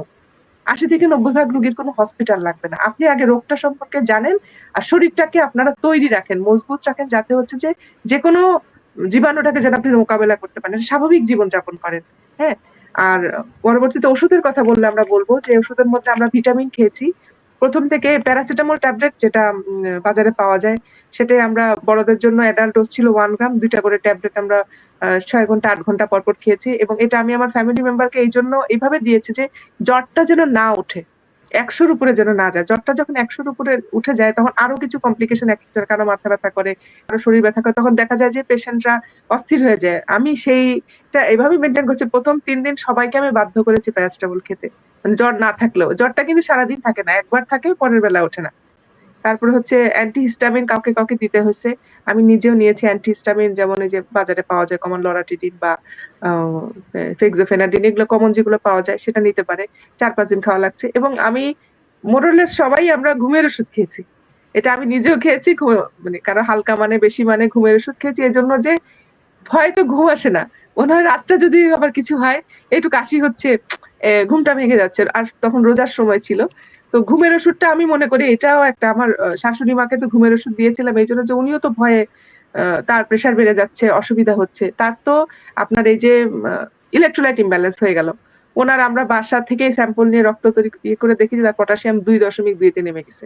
তা আমি মনে করি তার প্রেশারের ওষুধ জন্য তখন আমরা ওই ওষুধগুলো বন্ধ রাখলাম, অন্য ওষুধ দিলাম, এরকম আর কি। আপনাকে একটু খেয়াল রাখতে হবে যে কোন অসুবিধাটা হচ্ছে, এটা অ্যাজ এ হোল কিছু না। আর যাদের হয়ে গেছে, হওয়ার পরও কিন্তু প্রচন্ড একটা উইকনেস থাকে শরীরে, যেটা ফিল করছি, যে প্রেশারের আপ ডাউন করতে পারে। তো ভিটামিন জাতীয় ওষুধগুলো খাচ্ছি। ভিটামিন ডি, বাংলাদেশের বেশিরভাগ মানুষই ভিটামিন ডি ডেফিসিয়েন্সি আছে, এবং লন্ডনের অটোপসি করে ওরা দেখছে যে, ইউএস এর কথা বলি, সরি, ওরা বলছে যে আফ্রিকান আমেরিকান, এশিয়ান আমেরিকান এবং এথনিক মাইনরিটির মধ্যে ওইখানে কোভিড সংক্রমণটা অনেক বেশি। তার কারণ হিসেবে ওরা বলতেছে যে এই গ্রুপগুলো পিপলের মধ্যে ভিটামিন ডি ডেফিসিয়েন্সি প্রচুর। হ্যাঁ, যেটা আমরা ধরে নিতে পারি বাংলাদেশের মানুষের আছে। ভিটামিন ডি ডেফিসিয়েন্সি সবারই টেস্ট করলে আপনার 20-এর নিচে আসবে। তো সেই হিসাব করে আপনার ভিটামিন ডিটা একটা স্ট্রং ডোজ দিয়ে আমরা 1 মাসের একটা থেরাপি নিতে পারি। তারপর ভিটামিন সি রোগ প্রতিরোধের জন্য এমনি ভালো, যে কোনো সর্দি কাশির জন্য লেবু জাতীয় সাইট্রাস ফুড আমরা খাই, সেটা খেতে পারি। ঠিক আছে, এছাড়া আরেকটা ভিটামিনের কথা আসছে, জিঙ্ক বি, এটাও ভালো কাজ করছে, এটা হিলিং এ কাজ করে। হ্যাঁ, তো এই আর কি। আর গরম গরম খাওয়া, একটু হাঁটাচলা করা, বয়স্কদের ক্ষেত্রে ঘরের মধ্যেই হাঁটাচলা করবে। আমি মনে করি মানে এটা সবাইকে আমি অ্যাডভাইস করছি যে ফ্যামিলিতে যদি হাজবেন্ডের হয়, তার ওয়াইফ হবে, তার বাচ্চার হবে, তাহলে তোমরা তোমাদের কোর ফ্যামিলিরা এমন ভাবে থাকো যে একা হাজবেন্ডকে একটা রুমে রাখার দরকার নেই। তোমরা হবে, এটা হবে, হচ্ছে বেশিরভাগই পরিবারের একজনের হলে পাশাপাশি তার ওয়াইফ হলে হাজবেন্ডের হচ্ছে, হাজবেন্ড হলে বাচ্চার হচ্ছে। হ্যাঁ, তো একটা বাসায় আপনার স্বাভাবিক জীবন যাপন করেন, বাড়াবাড়ি করার দরকার নেই। আর যাদের ভালো হয়ে গেছে তারাও কিন্তু যখন বাইরে যাবেন আপনার মাস্ক ব্যবহার করবেন। এটা দুইটা কারণ, একটা হচ্ছে যে আপনার ইনফেকশন হওয়ার সম্ভাবনাটা কম, কিন্তু আপনার থেকে আপনি যেখানে যাচ্ছেন ওখানে তো অন্য ক্যারিয়ার থাকতে পারে, আপনি যাওয়া আসা করলে আপনি যখন ফিরে আসেন এটা আবার আরেকজনকে সংক্রমণ করতে পারে। বিশেষ করে নাক এবং মুখটা বন্ধ রাখা, কথা বলার সময় ড্রপলেট ইনফেকশনটা যেন না হয়, এটার জন্য থাকা। হ্যাঁ, আচ্ছা, একটু জিনিস জানতে চাচ্ছেন, তোমার বন্ধু নাজমুল, আমি আমি একটা জিনিস একটু কথা নিয়ে নিলাম। আমার মনে হয় আমাদের বন্ধুদের একটা জিনিস জানা খুব প্রয়োজন। আজকে এরা খুব সুন্দর করে বলেছে, ধন্যবাদ। আমি একটা কথা ইনফরমেশনটা পৌঁছাতে চাচ্ছি যে কোমরবিড যে কথাটা বলেছে, এটা সবার একটা কমন জিনিস যে আসলে কাদের হবে। সো আমাদের সবার বাড়িতে কিন্তু আমাদের বাবা মা আছেন, যাদের বেঁচে আছেন তারা অনেক সৌভাগ্যবান যে ছায়ার মতো আছেন। তারা হয়তো বা কর্মে আছেন, কেউ কর্মহীন আছেন, কেউ অসুস্থ আছেন, কিন্তু তারা আমাদের জন্য অনেক বড় অ্যাসেট আসলে। তো সেই ক্ষেত্রে আমি একটু বন্ধুদের সুবিধার জন্য আমি আবার একটু জিনিসটা ইনফরমেশনটা দিতে চাই। আমাদের ভাই বোন অনেকে প্রেগনেন্ট আছে। Pregnancy is a severe comorbidity. Severe comorbidity. Pregnant পার্সনদেরকে আমাদেরকে অবশ্যই খুব সাবধানে তাদেরকে ডিল করতে হবে। প্রেগন্যান্সি একটা ইম্পর্টেন্ট। আরেকটা হলো যে ইমিউনোসাপ্রেসিভ ওষুধ খায় অনেকে, যেমন আমাদের বাবা মাদের কারো কিডনি ট্রান্সপ্লান্ট হতে পারে, কারো আর্থ্রাইটিস থাকতে পারে, কারো রিউমাটয়েড আছে, অনেকের টিউবারকুলোসিস থাকতে পারে, যাদের হয় কি ইমিউনোসাপ্রেশন থাকতে পারে। এবং যারা আমাদের বন্ধু বান্ধবদের মধ্যে অনেকে রেডিওথেরাপি, কেমোথেরাপি নিচ্ছে, ক্যান্সার পেশেন্ট, তারাও কিন্তু কোমরবিড, তাদেরকেও কিন্তু সাবধানে থাকতে হবে। কারো আছে আমাদের মেয়েদের মধ্যে বিশেষ করে হরমোনাল ইমব্যালেন্স থাকতে পারে। আমাদের বান্ধবীদের মধ্যে অনেকেরই আছে, হরমোন তাদের উঠানামা করে, তারাও কিন্তু কোমরবিড, সাবধানে থাকতে হবে। তার সাথে তাসকিরা অত্যন্ত সুন্দরভাবে বলেছে ডায়াবেটিস এবং হাইপারটেনশন। আর আরেকটা জিনিস আমি একটু অ্যাড করতে চাই, সেটা হলো যে তাসকিরা যেটা বলেছে যে ভয়ের একদমই কিছু নেই আসলে। এই যে আইসোলেশনের ব্যাপারটা, ইটস রিয়েলি খুব টাফ, যে আমি আলাদা হয়ে থাকবো, আমার বাচ্চা যদি ছোট হয় আমি তাকে মা কিভাবে তার বাচ্চা ছাড়া থাকবে, এটা সম্ভব না, ইটস ইম্পসিবল। আমাদের যারা চাকরিজীবী পুরুষ মহিলারা আছে তাদের ক্ষেত্রে আইসোলেশন ইজ নট ইজি। তো সেই ক্ষেত্রে যতটুকু সম্ভব ঘরের ভিতরে মাস্ক পরতে হবে, যে এফেক্টেড হবে তাকে ঘরের ভিতরে মাস্ক পরতেই হবে, এবং ঘরের সবাইকে মাস্ক পরতে হবে। এটাও যদি আমরা এনশিওর করতে পারি, দ্যাট ইজ অলমোস্ট 70% কভার হয়ে যায়। ধন্যবাদ। আচ্ছা, এক বন্ধু প্রশ্ন করেছে, সবজি, ফ্রুটস, ভিনেগার পানিতে ডুবিয়ে ক্লিন করি, অন্য প্যাকেট করা খাবার প্যাকেট স্যানিটাইজার দিয়ে মুছে দিচ্ছি, এটা কি সঠিক পদ্ধতি কিনা? ভিনেগার দিয়ে ধুলেছি এটা অনেক ভালো হয়ে যাবে, ক্লিন হয়ে যাবে, সেটা তো ঠিক জানা নেই আমার। কিন্তু নর্মালি ফ্লোয়িং ওয়াটার দিয়ে ভালো করে, মানে জোরে পানি পড়ছে সেভাবে ধুয়ে নিয়ে একটু শুকানো হলে কিছুক্ষণ বাইরে শুকানোর ব্যবস্থা করে রাখলেই হবে। কিন্তু এটা সাবান দিয়ে ধোয়ার প্রয়োজন নাই। ভিনেগার মনে হয় না, ভিনেগার এমনি অন্য কারণে আমরা তো প্র্যাকটিস করতাম যে ফরমালিন মুক্ত সবজিকে খাওয়ার জন্য এটা, কিন্তু এটার সাথে এটা ভিনেগার করোনা মারে কিনা তো আমার জানা নাই। এটা এখানে আমার একটা ইনফরমেশন দেই, অনেকগুলো স্টাডি হয়েছে। আমরা যদি কোনো মানে হার্ড জিনিস যেমন কাঠ, তারপর সবজি, মানে শক্ত জিনিস, আমরা কেন এটা করছি, বাজারে যে সবজি বিক্রেতা সে যদি ক্যারিয়ার হয়ে থাকে, সে আমাকে সবজিটা দিল, তো সে ক্যারিয়ার থেকে সবজির মধ্যে সেটা ট্রান্সমিট হতে পারে কিনা, ভেরি রেয়ার। এবং এটা 20 থেকে 30 সেকেন্ডের বেশি থাকলেও এটা থাকবে না, কারণ এটা আমি ক্যারি করে নিয়ে আসছি, ততক্ষণে অনেকক্ষণ হয়ে যায়। এরপর আমি তাও বলবো যে এটা এভাবে ট্রান্সমিশন হওয়ার সম্ভাবনা নাই। তার চেয়ে বরং কি হয় জানো, যে আমি বাজারে যাচ্ছি, ওই যে যে সবজি বিক্রেতা তার যদি মাস্ক পরা না থাকে, তাতে সে যে কষ্ট, সে যে আমার সাথে দরদাম করলো, এতে ট্রান্সমিট হওয়ার সম্ভাবনা বেশি রাদার সবজির মধ্যে। তবে এই ভিনেগার টিনেগার কিছুই দরকার নেই, গরম পানিতে একটু কিছুক্ষণ রেখে দেবে, তাতেই হয়ে যায়। হ্যাঁ, আর কিচ্ছু লাগে না, শুধু গরম পানি দিয়ে একটু শুধু মুছে ফেললে বা ধুয়ে ফেললেই হয়ে যায়। কোনো ভিনেগার, অনেকে সাবান ইউজ করে, সাবান দিয়ে ধোয়, এত কিছু, এত টেনশন নেওয়ার দরকার নেই। প্রশ্ন আরেকটা আসছে, সেটা হচ্ছে অনেকে মেডিসিন আগে থেকে খাচ্ছে, ওটার দরকার আছে কিনা আসলে। আচ্ছা, সেটা কি মেডিসিন? এই যে যেন না হয় সেটার জন্য ভিটামিনস, নাকি মেডিসিনটা যদি উল্লেখ করা হয় আইভেরা ওই জাতীয় ওগুলোর কথা মনে হয় না, এগুলোর কোনো প্রয়োজন নাই। ইভেন এমনও আছে যে অনেকে করোনা হওয়ার পরেও এই ওষুধগুলো খাচ্ছেন না, ওনারা শুধু প্যারাসিটামল খাচ্ছেন। এটা তো আসলে ক্লিনিক্যাল ট্রায়ালে ফেজ 3 ট্রায়াল কমপ্লিট করা না, মানে অনেক ছোট ছোট ট্রায়াল, যেটাকে আমরা সরাসরি বলতে পারি না। কিন্তু আমি পার্সোনালি আমি নিজেও খেয়েছি, আমি সবাইকে খেয়েছি এবং প্রেসক্রাইব করে। আমার একটা আইডিয়া যে এটা যেহেতু অ্যান্টি হেলমিনথিক হিসেবে, মানে এটা উপন্যাসক, কিন্তু এটা হচ্ছে সিভিয়ার প্যারাসাইট ইনফেস্টেশনে দেয়। তো এটা শরীরে ইউসোনোফিল কাউন্টটা, এটা ডাক্তারি ভাষায় একটা অ্যালার্জিক ফেনোমেনন বাড়ায়, যেটা ইউসোনোফিল কাউন্টটাকে কন্ট্রোল করে। তো বাংলাদেশের যে ওয়েদার, বেশিরভাগ মানুষেরই কিন্তু হেলমিনথ ইনফেস্টেশন, কৃমি সংক্রমণ এটা থাকেই মোরলেস। তো এটা খেলে কোনো তেমন কোনো অসুবিধা আমি মনে করছি না। তার হয়তো করোনা সিমটম সরাসরি করবে না, কিন্তু তার যে শ্বাসকষ্টের ব্যাপারটার, যাদের স্পাজম আছে, অ্যাজমা আছে, ওদের একটু সাহায্য করতে পারে। সেই হিসাব করে এই ওষুধটা খাওয়া যায়। এটা মানে অ্যাডাল্টরা খেতে পারে, কিন্তু এটাকে আগে খেয়ে রাখার কোনো দরকার নেই। যদি মনে করেন বাসায় অলরেডি 3-4 জন রোগী আক্রান্ত হয়ে গেছে, তখন, কারণ যে সে সিমটোম্যাটিক না, সে তো বুঝতেছে না, তার হয়তো আছেই, সে খেতে পারে। কিন্তু ভারী কিছু খাওয়া যাবে না, যে কেউ অ্যাসপিরিন খাচ্ছে আগে থেকে, ইকোস্প্রিন খাচ্ছে, কেউ অন্য ওষুধ, না, সেগুলো খাওয়া যাবে না। এখানে আরেকটা কথা নাজমুল একটু অ্যাড করতে চাই, যে যে আমি করোনা ভয়ে আমি সব খেয়ে ফেললাম, প্রত্যেকটা ওষুধের কিন্তু বেশ কিছু সাইড ইফেক্ট আছে। যেমন কেউ যদি বলে যে আমি এই যে অ্যাসপিরিন, অনেকে অ্যাসপিরিন খাওয়া শুরু করেছে, অনেকে কাঁচা রসুন খাচ্ছে, কাঁচা রসুনও খাচ্ছে অনেকে, এগুলোতে তো অ্যাসিডিটি হয়, আলসার হয়। যেমন আমি যদি সে যদি যে ইকোস্প্রিন ট্যাবলেট যদি আগে থেকে খায়, সেটা যে কোনো সময় তার কোনো কারণে হাত কেটে গেল, ব্লিডিং আর বন্ধই হবে না, তাহলে অন্য সমস্যা তৈরি হতে পারে। কারো যদি মেয়েদের পিরিয়ড হয়, এই পিরিয়ড তার বন্ধই হবে না। হ্যাঁ, যে ইকোস্প্রিন খাবে, তার জন্য সবচেয়ে বড় কথা, এগুলোর ইমার্জেন্সি কোনো অ্যান্টিডোট নাই ডিরেক্টলি, কিন্তু যদি কেউ অ্যান্টিডোট নাই, সেটা অ্যান্টিডোট নাই সরাসরি।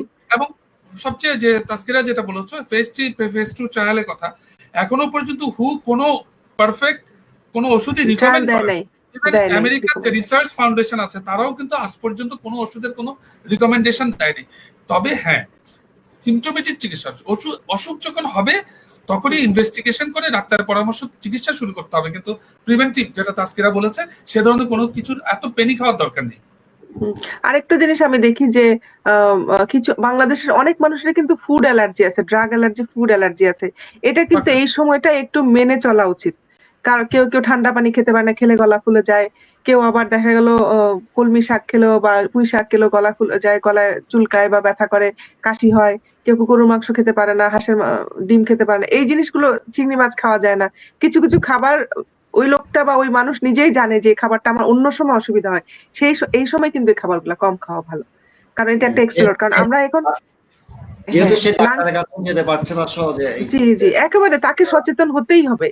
আমি মনে করি এখন সবাই যদি নিজেরা একটু সচেতন হয় যে এই অসুখ আমাদের কিচ্ছু করতে পারবে না, কারণ এটা একটা সুযোগ। মানে আমরা যদি ভালো দিকটা দেখি, যে এই একটা সুযোগে আমরা সবাই সমবেত হচ্ছি, এখন সবাই সবার খবর রাখছি, না চাইতেও আমরা বাসায় থাকতে বাধ্য থাকতে হচ্ছে। আমি তো গত 3 মাসে আমার বাচ্চা জন্মের পর থেকে তো তার মাকে এতদিন সে বাসায় দেখে নাই, যে বিকালবেলা আমি বাসায় থাকছি, কোনো প্র্যাকটিসে যাচ্ছি না, কোথাও পড়াশোনা নাই, কিচ্ছু নাই। কারণ ডাক্তাররা তো আমরা শুধু পড়তেই থাকি, কোনো না কোনো আমাদের প্রোগ্রাম থাকে, এটা সেটা। এখন সবকিছু বাসা কেন্দ্রিক, আলহামদুলিল্লাহ, এটা আমি এনজয় করছি। বন্ধু নাজমুল, একটা বন্ধুদের জন্য 3টা উপদেশ শুধু। বন্ধু, তোমরা কেউ একদমই পেনি খাওয়ার কিছু নেই, ভয় পাবা না। তুমি নিজেকে প্রিভেন্ট করতে চাও, তোমার করোনা হবে না, ওষুধ খেয়ে লাভ নাই, শুধু 3টা জিনিস মেনটেন করো। করোনার ভাইরাস তোমার শরীরের ভেতরে লাংসে ঢোকার আগে 3টা জায়গায় প্রথমে ওরা হারবার করে, ওরা কিছুক্ষণ জিরায়। হ্যাঁ, যেমন ঢাকা থেকে চিটং থেকে ঢাকায় যাওয়ার আগে আমরা কুমিল্লাতে খাই মাঝখানে রেস্ট করি, তেমনি 3টা জায়গায় ওরা কিছুক্ষণ জিরায়, তারপর সে তোমার ফুসফুসে ঢুকবে। তো 3টা হলো, প্রথম হলো চোখের, তারপর হলো নাক, তারপর হলো গলা। তাহলে তুমি এই ভাইরাস ফুসফুসে ঢোকার আগেই সাবধান, মানে তাদেরকে তুমি মেরে ফেলতে পারো 3টা উপায়ে। প্রত্যেকদিন গরম পানি দিয়ে চোখে তুমি ভালো করে চোখটা পরিষ্কার করো 2-3 বার গরম পানি। গরমে কিন্তু ভাইরাস কিন্তু মরে যাবে। তারপর তুমি ভাপ নাও, নাকের ভিতরে ভাইরাস থাকলে মরে যাবে। তুমি 3-4 বার ভাপ নিতে থাকো গরম। আর গলার মধ্যে যদি ভাইরাস থাকে, তুমি গরম পানি গড়গড়া করো, ভাইরাস মরে যাবে। এই 3টা জিনিসই করো বন্ধুরা, আর কিছু লাগবে না। বন্ধু, এখানে কি কান দিয়ে কি কোনো সুযোগ আছে? কানের ভিতরে যে কানের ভিতরে ভাইরাস ঢুকতে পারে, কিন্তু কানে আমাদের যেই ন্যাচারাল যে অ্যান্টি ইনফ্ল্যামেটরি সাবস্টেন্স গুলো আছে, কানের যে রসটা থাকে না, যেখানে অনেক রোগ জীবাণু বালি ধুলাবালি গেলে সেটা আঠার মতো এটা খুবই পাওয়ারফুল। এটাতে মানে এই পর্যন্ত মানে ভাইরাস ব্যাকটেরিয়া দিয়ে কানের ইনফেকশন সরাসরি হয়েছে শোনা যায় না। কোনো কারো যদি আগে থেকে আনকন্ট্রোল ডায়াবেটিস থাকে, পর্দা ফাটা থাকে, বা কানের এখানে কোনো মানে তার শরীরেই হয়তো দেখা গেল অন্য জায়গায় অনেক ইনফেকশন হচ্ছে, সেটা হতে পারে। তো ন্যাচারাল একটা সুস্থ মানুষের কান দিয়ে ভাইরাস ঢুকে এরকম কোনো নজির নাই, এটা ভয়ের কিছু কারণ নাই। নাক এবং মুখ এটা ঢাকতে হবে। বন্ধু, নোমানের কাছে মনে একটা প্রশ্ন আসছে, আলী হায়দার সোহেল, উনি জানতে চেয়েছেন। কাছের লেখা দেখতে পাচ্ছি না, চশমা পর দেখো তো, আমরা পড়ছি, চোখে দেখি না। আচ্ছা, ধন্যবাদ আলী হায়দার সোহেল। আলী হায়দার সোহেলকে আমাদের বন্ধু বলেন নাকি দর্শক? আমি বলতে পারছি না, এটা আসলে আমাদের প্ল্যাটফর্ম, তো আমরা আমাদের এখানে কি দর্শকরাও আছে নাকি? বন্ধুরা নাকি? আমি আমার কথা ফিরাই নিলাম, আমি কার সাথে কথা বললাম? আমি তো বন্ধু মনে করে বললাম, সরি। ম্যাক্সিমাম বন্ধু বাইরে, আমি ওনাকে একটু কাছে দেখা যে সমস্যা, সেটাকে আমরা চালসে বলি। এটা সাধারণত 40 বছরের পরে এটা খুব কমন, যে আমাদের চোখ কিন্তু এমন একটা মেকানিজম আছে, আমরা যখনই নর্মালি তাকিয়ে থাকি দূরে, তখন চোখ একটা মেকানিজম থাকে, আবার যখন কাছে দেখতে যায় তখন চোখের পাওয়ারটাকে একটু বাড়িয়ে দিতে হয়। তো সৃষ্টিকর্তা আমাদের ভেতরে এমন একটা চোখের ভেতরে এমন একটা ক্যাপাসিটি দিয়ে দিয়েছি, যখনই কাছে দেখতে যায় চোখের ভেতরে কিছু শেপ চেঞ্জ হয়, কিছু চোখের ভিতরে পাওয়ার বেড়ে যায়, এক কথা পাওয়ার বাড়িয়ে দেয়, ইলাস্টিক ঢিলা হয়ে যায় না, ইলাস্টিক ঢিলা হয়ে যাওয়ার মতো অনেকটা সেরকম। তো চোখের ভেতরের এই পাওয়ারটা বাড়িয়ে দেওয়ার যে ক্যাপাবিলিটি, এটা 40-এর পরে আর থাকে না, তখনই কাছে দেখার জন্য পাওয়ার লাগে। তো সেই ক্ষেত্রে ডাক্তারের পরামর্শ মতে একটু চশমার পাওয়ারটা একটু চেক করে নিয়ে কাছের জন্য পাওয়ার নিয়ে নিলেই হয়ে যায়। আমি যেখানে দুটো একটু অ্যাড করতে চাই, কারো যদি ডায়াবেটিস থেকে থাকে এবং কারো যদি গ্লোকোমা রোগ থেকে থাকে, সেই ক্ষেত্রে দেখা যায় খুব আর্লি স্টেজে 40-এর আগেই দেখা যায় যে তার পাওয়ার, যেমন 35 বছর বয়সে দেখা যাচ্ছে তার চালসে অথবা প্রেস বায়োপিয়া বা কাছের পাওয়ারটা লাগতে পারে। তো সেই ক্ষেত্রে সবসময় ডায়াবেটিক রোগীদেরকে নিয়মিতভাবে চোখের পরীক্ষাটা করানোটা খুবই জরুরি। আমি নাজমুল প্রশ্নের ফাঁকে আমি এই জিনিসটাও বলতে চাই, কখনো সুযোগ হলে আমি বলবো যে ডায়াবেটিস হলে আসলে চোখের ইম্পর্টেন্সটা কি, এটা আমি পরবর্তীতে আলোচনায় সুযোগ আসলে আমি এটা বলবো। এটা বেশি বললো না, আমি চলে যাবো তাহলে। আরেকটা প্রশ্ন আসছে, চোখ লাল না হয়ে মাঝে মাঝে সামান্য ব্যথা হওয়াটা কি কোনো খারাপ লক্ষণ? আর কোন জায়গায়? আর সীমা কাছে জানতে চাচ্ছিল কোন লক্ষণ দেখে সাসপেক্ট করা হয়েছিল, মানে যে করোনাটা হয়েছে আমার দুইজনের কাছে করোনা সাসপেক্ট। আমার প্রথমে তো গা গরম, জ্বর বেশি না, কিন্তু যখন দেখছি আমি নাকে গন্ধ পাচ্ছি না, আমি খাবারে টেস্ট পাচ্ছি না, আমি তখন ধরে নিয়েছি করোনা। এবং আমি পরীক্ষা করেছি 4th ডেতে, যে 4 দিনের দিন, যে যখন আমার শরীর একটু ঠিক হয়েছে তখন পরীক্ষা করেছি। সিমটম শুরু হয় 4 দিন পরে, তখন পজিটিভ আসলো নাকের স্যাম্পল। মানে খাবারের গন্ধ না পাওয়া, যে কোনো কিছুর গন্ধ না পাওয়ার হচ্ছে খাবারের টেস্ট চলে যাওয়া, এটা মোটামুটি বাংলাদেশে মনে হয় বেশিরভাগ লোকেরই হয়েছে। সেটাই। আর নোমানেও এই প্রশ্ন নোমানকে করা হয়েছে, চোখ লাল না হয়ে মাঝে মাঝে সামান্য ব্যথা হওয়াটা কোনো খারাপ লক্ষণ? না, খারাপ কোনো কিছু খারাপ না, কিন্তু চোখ লাল না, কিন্তু চোখে ব্যথা হবে কেন? বিনা কারণে তো চোখে ব্যথা হতে পারে না। চোখে ব্যথা হয়, লাল না হয়ে চোখে ব্যথা হতে পারে সাধারণত দুটো কারণে। আমি একটু বলি বন্ধুদের জন্য, এই সময়টা আমাদেরই বেশি হয়। একটা হলো glaucoma, primary open angle glaucoma, যেটা অ্যাসিমটোমেটিক গ্লোকোমা। এটা মাঝে মাঝে চোখে একটু একটু একটু শুধু ব্যথা হতে পারে, চোখটা ভার হতে পারে, কিন্তু এতে কিন্তু চোখের প্রেশারটা একটু চেক করিয়ে নিতে হবে বন্ধু। কারো যদি চোখে একটু একটু ব্যথা হয়, লাল নাই, তাহলে আমার বন্ধুদের প্রতি এবং সম্মানিত দর্শক মহলের কাছে একটাই আবেদন যে প্লিজ আপনারা একটু চোখের প্রেশারটা চেক করিয়ে নেবেন। Very important, because it is a silent killer. তুষার আগুনের মতো চোখটাকে শেষ করে ফেলে গ্লোকোমা। একটা ব্যাপার। আরেকটা কারণেও লাল না হয়ে চোখে ব্যথা হতে পারে, যেটা মাইগ্রেন নামক একটা অপথলমোপ্লেজিক মাইগ্রেন আছে, যেটা সাধারণত একটা সাইডে চোখে ব্যথা হয় এবং তার সাথে মাথা ব্যথা হয়। সেখানেও কিন্তু লাল হাইপারথাইরয়েডিজমে হয়, হতে পারে। হাইপারথাইরয়েডিজমে হতে পারে, যেটা মাইগ্রেনের সাথে অ্যাসোসিয়েটেড আছে, সেটাই। আচ্ছা, আমাদের বন্ধু ফজল করিম, আমরা যাকে রকস্টার বলি, সে একটা প্রশ্ন করেছে, যাদের করোনা হয়নি তারা অনেকে অক্সিজেন সিলিন্ডার কেনার জন্য ছুটোছুটি করছে, এটার কোনো প্রয়োজনীয়তা আছে কিনা? অক্সিজেন কি আসলে বাসায় রেখে দেওয়া উচিত? এবং বাসায় রাখাটা তো মনে হয় অনেক সিস্টেম আছে, সেটা তো আর রিস্ক ফ্যাক্টর থাকতে পারে, তাই নাকি? একদম না, একদম না। কিন্তু মনে করেন শামস নোমান যদি প্রশ্নটা করে, আমি শামস নোমানকে বলবো তুমি রাখতে পারো, কারণ শামস নোমান হচ্ছে একজন জনদরদি, বন্ধু বৎসল, এবং শামস নোমান হচ্ছে চিটাগং শহরের বোধহয় আমাদের বন্ধুদের মানে যারা আছেন কানেক্টেড, তার ভিতরে হচ্ছে 95% সবাই নোমানের সাথে কানেক্টেড। নোমান রাখতে পারে। আপনি যদি মনে করেন আপনার এই অক্সিজেন সিলিন্ডারটা আপনার আশেপাশের প্রতিবেশী বা আপনার নিকটাত্মীয় যারা প্রয়োজন হবে আপনি তাদের দিবেন, তাদের প্রয়োজনে, সেক্ষেত্রে আপনি কিনে রাখতে পারেন। আমি আজকেও এটা আমি দুইজনকে বললাম, হ্যাঁ আপনি কিনতে পারেন। নিজেকে প্রশ্ন করেন যে আপনার আজকে প্রয়োজন হচ্ছে, মনে করে যে আমি আমার পরিবারের 6-7 জন সদস্যের জন্য দিচ্ছি, কিন্তু এটা আমার লাগলো না, কিন্তু আমারই একজন লাগলো, আমার খালার প্রয়োজন হলো বা আমার বন্ধুর মার প্রয়োজন আমার কাছে, আমি দিতে পারি, আমি তাকে সাথে সাথে পৌঁছায় দিলাম। এটা যদি আপনার মাথায় থাকে, ইয়েস ইউ শুড। কিন্তু আপনি যদি মনে করেন না আমি এটা আমার বাসায় থাকবে, এই করোনা কালে পুরো 6 মাস 8 মাস থাকবে, তারপর যদি করোনা চলে যায় তখন দেখা যাবে, তাহলে আমরা বলবো যে এটা উচিত হবে না, উচিত নয়। কারণ হচ্ছে যে আরো প্রয়োজনীয় কারো হয়তো লাগতো, সেটা আমরা সেটা কেন স্টোর করবো? অক্সিজেন সিলিন্ডার বাসায় রাখলেও তো ওঠাতেও তো একটা রিস্ক আছে মনে হয়, নাকি?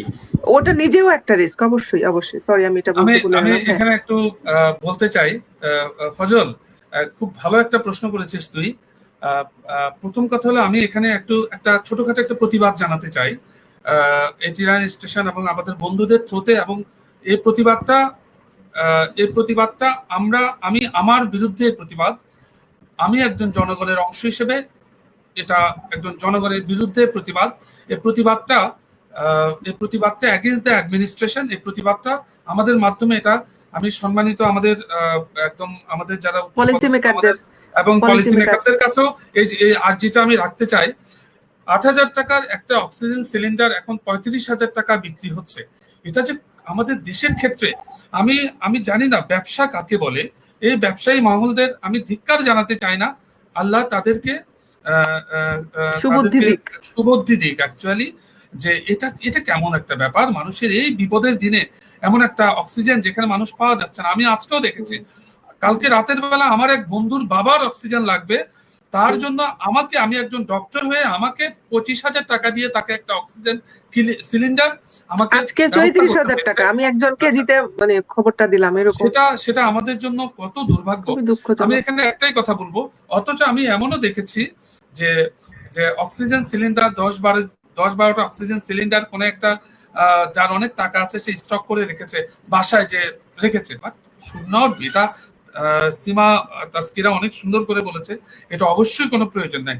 আমি যদি কারো উপকারের জন্য করতে পারি তাহলে ঠিক আছে, কিন্তু তাহলে আমি একটা দুটো রাখতে পারি, কিন্তু তাই বলে আমি 10টা আমি একত্র করে রাখবো, সেটা সম্ভব না। আর আমি একটা কথা বলি যে বাসায় অক্সিজেন সিলিন্ডার একজন ডাক্তার ছাড়া হ্যান্ডেল করা একজন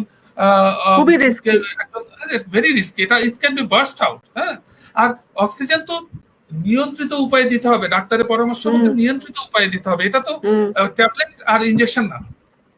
সেক্ষেত্রে এটা বাসায় রাখাটাও রিস্কি। আমি শুধু একটা কথা বলবো, অক্সিজেন সিলিন্ডার আমি কেন অক্সিজেন দেবো, আন্দাজে আমি কেন অক্সিজেন দেবো? একটা জিনিস আমাকে চেক করতে, আমি একটা কাজ করতে পারি, আমি একটা 2,000 টাকা দিয়ে একটা পালস অক্সিমিটার রাখতে পারি বাসায়। আমি পালস অক্সিমিটার দিয়ে আমি যে কোভিড পেশেন্ট আছে আমি তার পালস অক্সিমিটার বসালে সে পার্শিয়াল প্রেশার অফ অক্সিজেন দেখিয়ে দেবে। এই পার্শিয়াল প্রেশার অফ অক্সিজেন যদি 95 এর উপরে থাকে, তার অক্সিজেন লাগবেই না, লাগবেই না, লাগবেই না। এটা যদি 93 এর নিচে ফল করে, তখন আমি অক্সিজেন লাগতে পারে। ডাক্তারের সেটা 90 বলছে। 90 এখন সেটা 90 বলছে। তো আমি ডাক্তারের পরামর্শ নেই, তখন আমি অক্সিজেনটা সিলিন্ডার ভাড়া করে নিয়ে আসতে পারি, অথবা ডাক্তারের পরামর্শ মতো হসপিটালে তাকে অ্যাডমিট করতে পারি, বা বাসায় নিয়ে আসতে পারি। কিন্তু আমি অক্সিজেন লাগবে বলে আমি সেটা করে রাখবো, আমি স্টোর করে রাখবো। আর আরেকজন মানুষ, যে কালকে বললাম আমার বন্ধুর বাবা অক্সিজেন পাচ্ছে না, এখন এটা আমাদের জন্য খুবই দুর্ভাগ্যজনক। আমি একদম আমাদের 89 স্টেশনের মাধ্যমে কর্তৃপক্ষের কাছে এটা জোর দাবি জানাচ্ছি, প্লিজ আপনারা এটা প্রতিহত করুন। এটা আমাদের সমাজের জন্য খুবই ভয়ঙ্কর। করোনা চিকিৎসার ক্ষেত্রে আমাদের জন্য, আমরা করোনা চিকিৎসা করতে যাবো, এটা বাধাগ্রস্ত হচ্ছে। প্লিজ ব্যাপারটা আপনারা টেক কেয়ার করুন। আচ্ছা, আরেকজন প্রশ্ন করেছে, চোখে করোনা ভাইরাস ঢুকলে কি করব? বন্ধু সেলিনা আক্তার প্রশ্নটা করেছে। আমার মনে হয় যে এটা আমি বলেছি, হ্যাঁ হ্যাঁ হ্যাঁ। আচ্ছা, চোখে প্রশ্ন আছে, কত ডিগ্রি সেন্টিগ্রেডে পানি ধুলে করোনা ভাইরাস মরতে পারে? ভালো প্রশ্ন।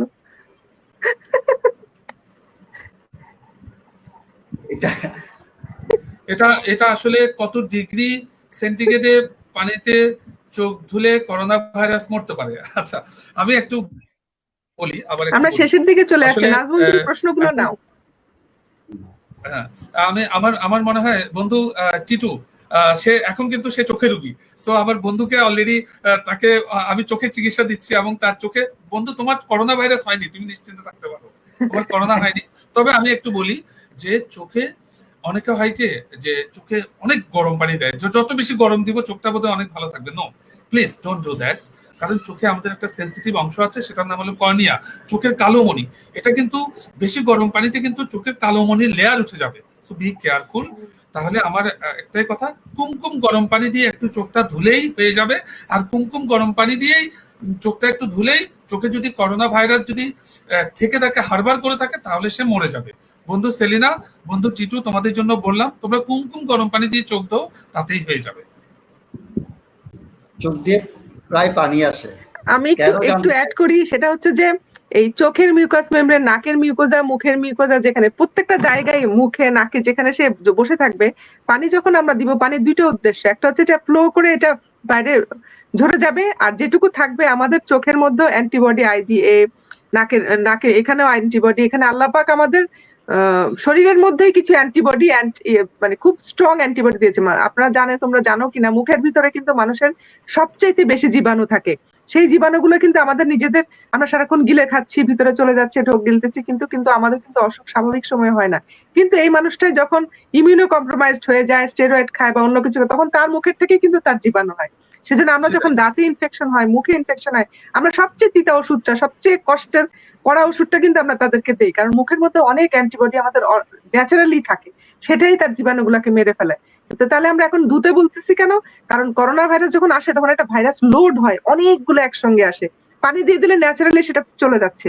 ঠিক আছে, সরি নোমান বন্ধু, তোমার লাইনে ঢুকে গেলাম। ঠিক আছে, thank you, it's a very good information, thank you Seema. দুটো বোধহয় প্রশ্ন আছে, শিমুল আর কে জানি করেছে। চোখ দিয়ে প্রায় পানি আসে কেন জানতে চেয়েছে, মনে দুঃখ বেশি তাই পানি বেশি আসে।